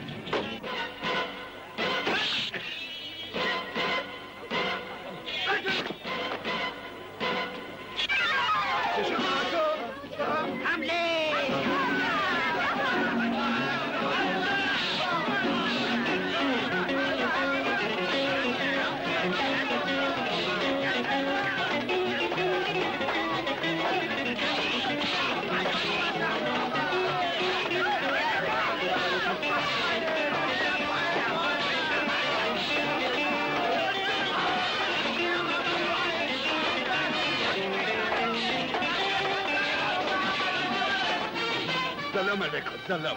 من تسلیمم. خسارتمو بهم بدید. من عروس نمیخوام. خسارت هم میخوای؟ الان میگم بهت بدم. قربون شما. بچه‌ها بیا بالا. بیا من خسارت نمیخوام. فقط بذاری من زنده از در این خونه برم بیرون. توی که نه سر پیازم نه ته پیاز. اجازه بفرمایید مرخص بشوم. کجا؟ با هر دو من کار دارم. مگه نه اینکه شما اومده بودی اینجا مراسم عقد انجام بدین؟ چرا؟ بعد از دست خالی اینجا بریم بیرون. دفترتون هم سفید بمونه. بچه‌ها کی حاضر شاهد عقد من پروین خانم بشه؟ مبارک باشد. من برای خوندن خطبه عقد اینجا آمدم. حالا که کار آقای حاجی روغنی اشکال دارد خطبه شما را میخونم. صبر کنید، اشتباه میکنید. حبیب، اگه این نقشه رو چیدی که بتونی به ثروت پروین دست پیدا کنی، باید بهت بگم پروین از مال دنیا هیچی نداره. برای اینکه تمام ثروت اونو من توی قمار باختم. این خونه و زندگیرم که نگاه میکنی متاسفانه همش گروه. خاک بر سر من اولاغ، راست میگه؟ بله، عین حقیقته. پروینو میخواستم بدم به تو که بتونم با ثروت تو تأمین زندگی بکنم. پس اون میلیون ها ثروتی که گفتی کنک بود؟ از دستت شکایت میکنه، درتم در میارم. خب که گفتی پروین خانم هیچی نداره؟ متاسفم، یه خورده دیر رسیدید. الو اینم جا میگنه. داده بیداد. حتی یه هم نداره؟ عرض کردم همه رو تو قمار باختم و جناب عالی بعد جوری خیت شدید. خیلی بد شد. که گفتی عروس خانم از مال دنیا چیزی نداره؟ قسم میخوری؟ بله قسم میخورم، به ارواح پدرم. تو که پدر نداری؟ به ارواح همون پدرت خیالم راحت شد. داره که من دوست دارم تازه مثل خودم است. یه جیبی خالی داره و یه قلب پر. آقا محضری سیغه رو بخور. ای بچه اشیاء میخونم. پس من چی آخه؟ بگو 2 دفعه سیغه رو بگه. 2 دفعه بخور. چشم 2 بار میخونم. بچه ها با جز سلطانی اصفهان دهنه روش. به سلامتی دوتار.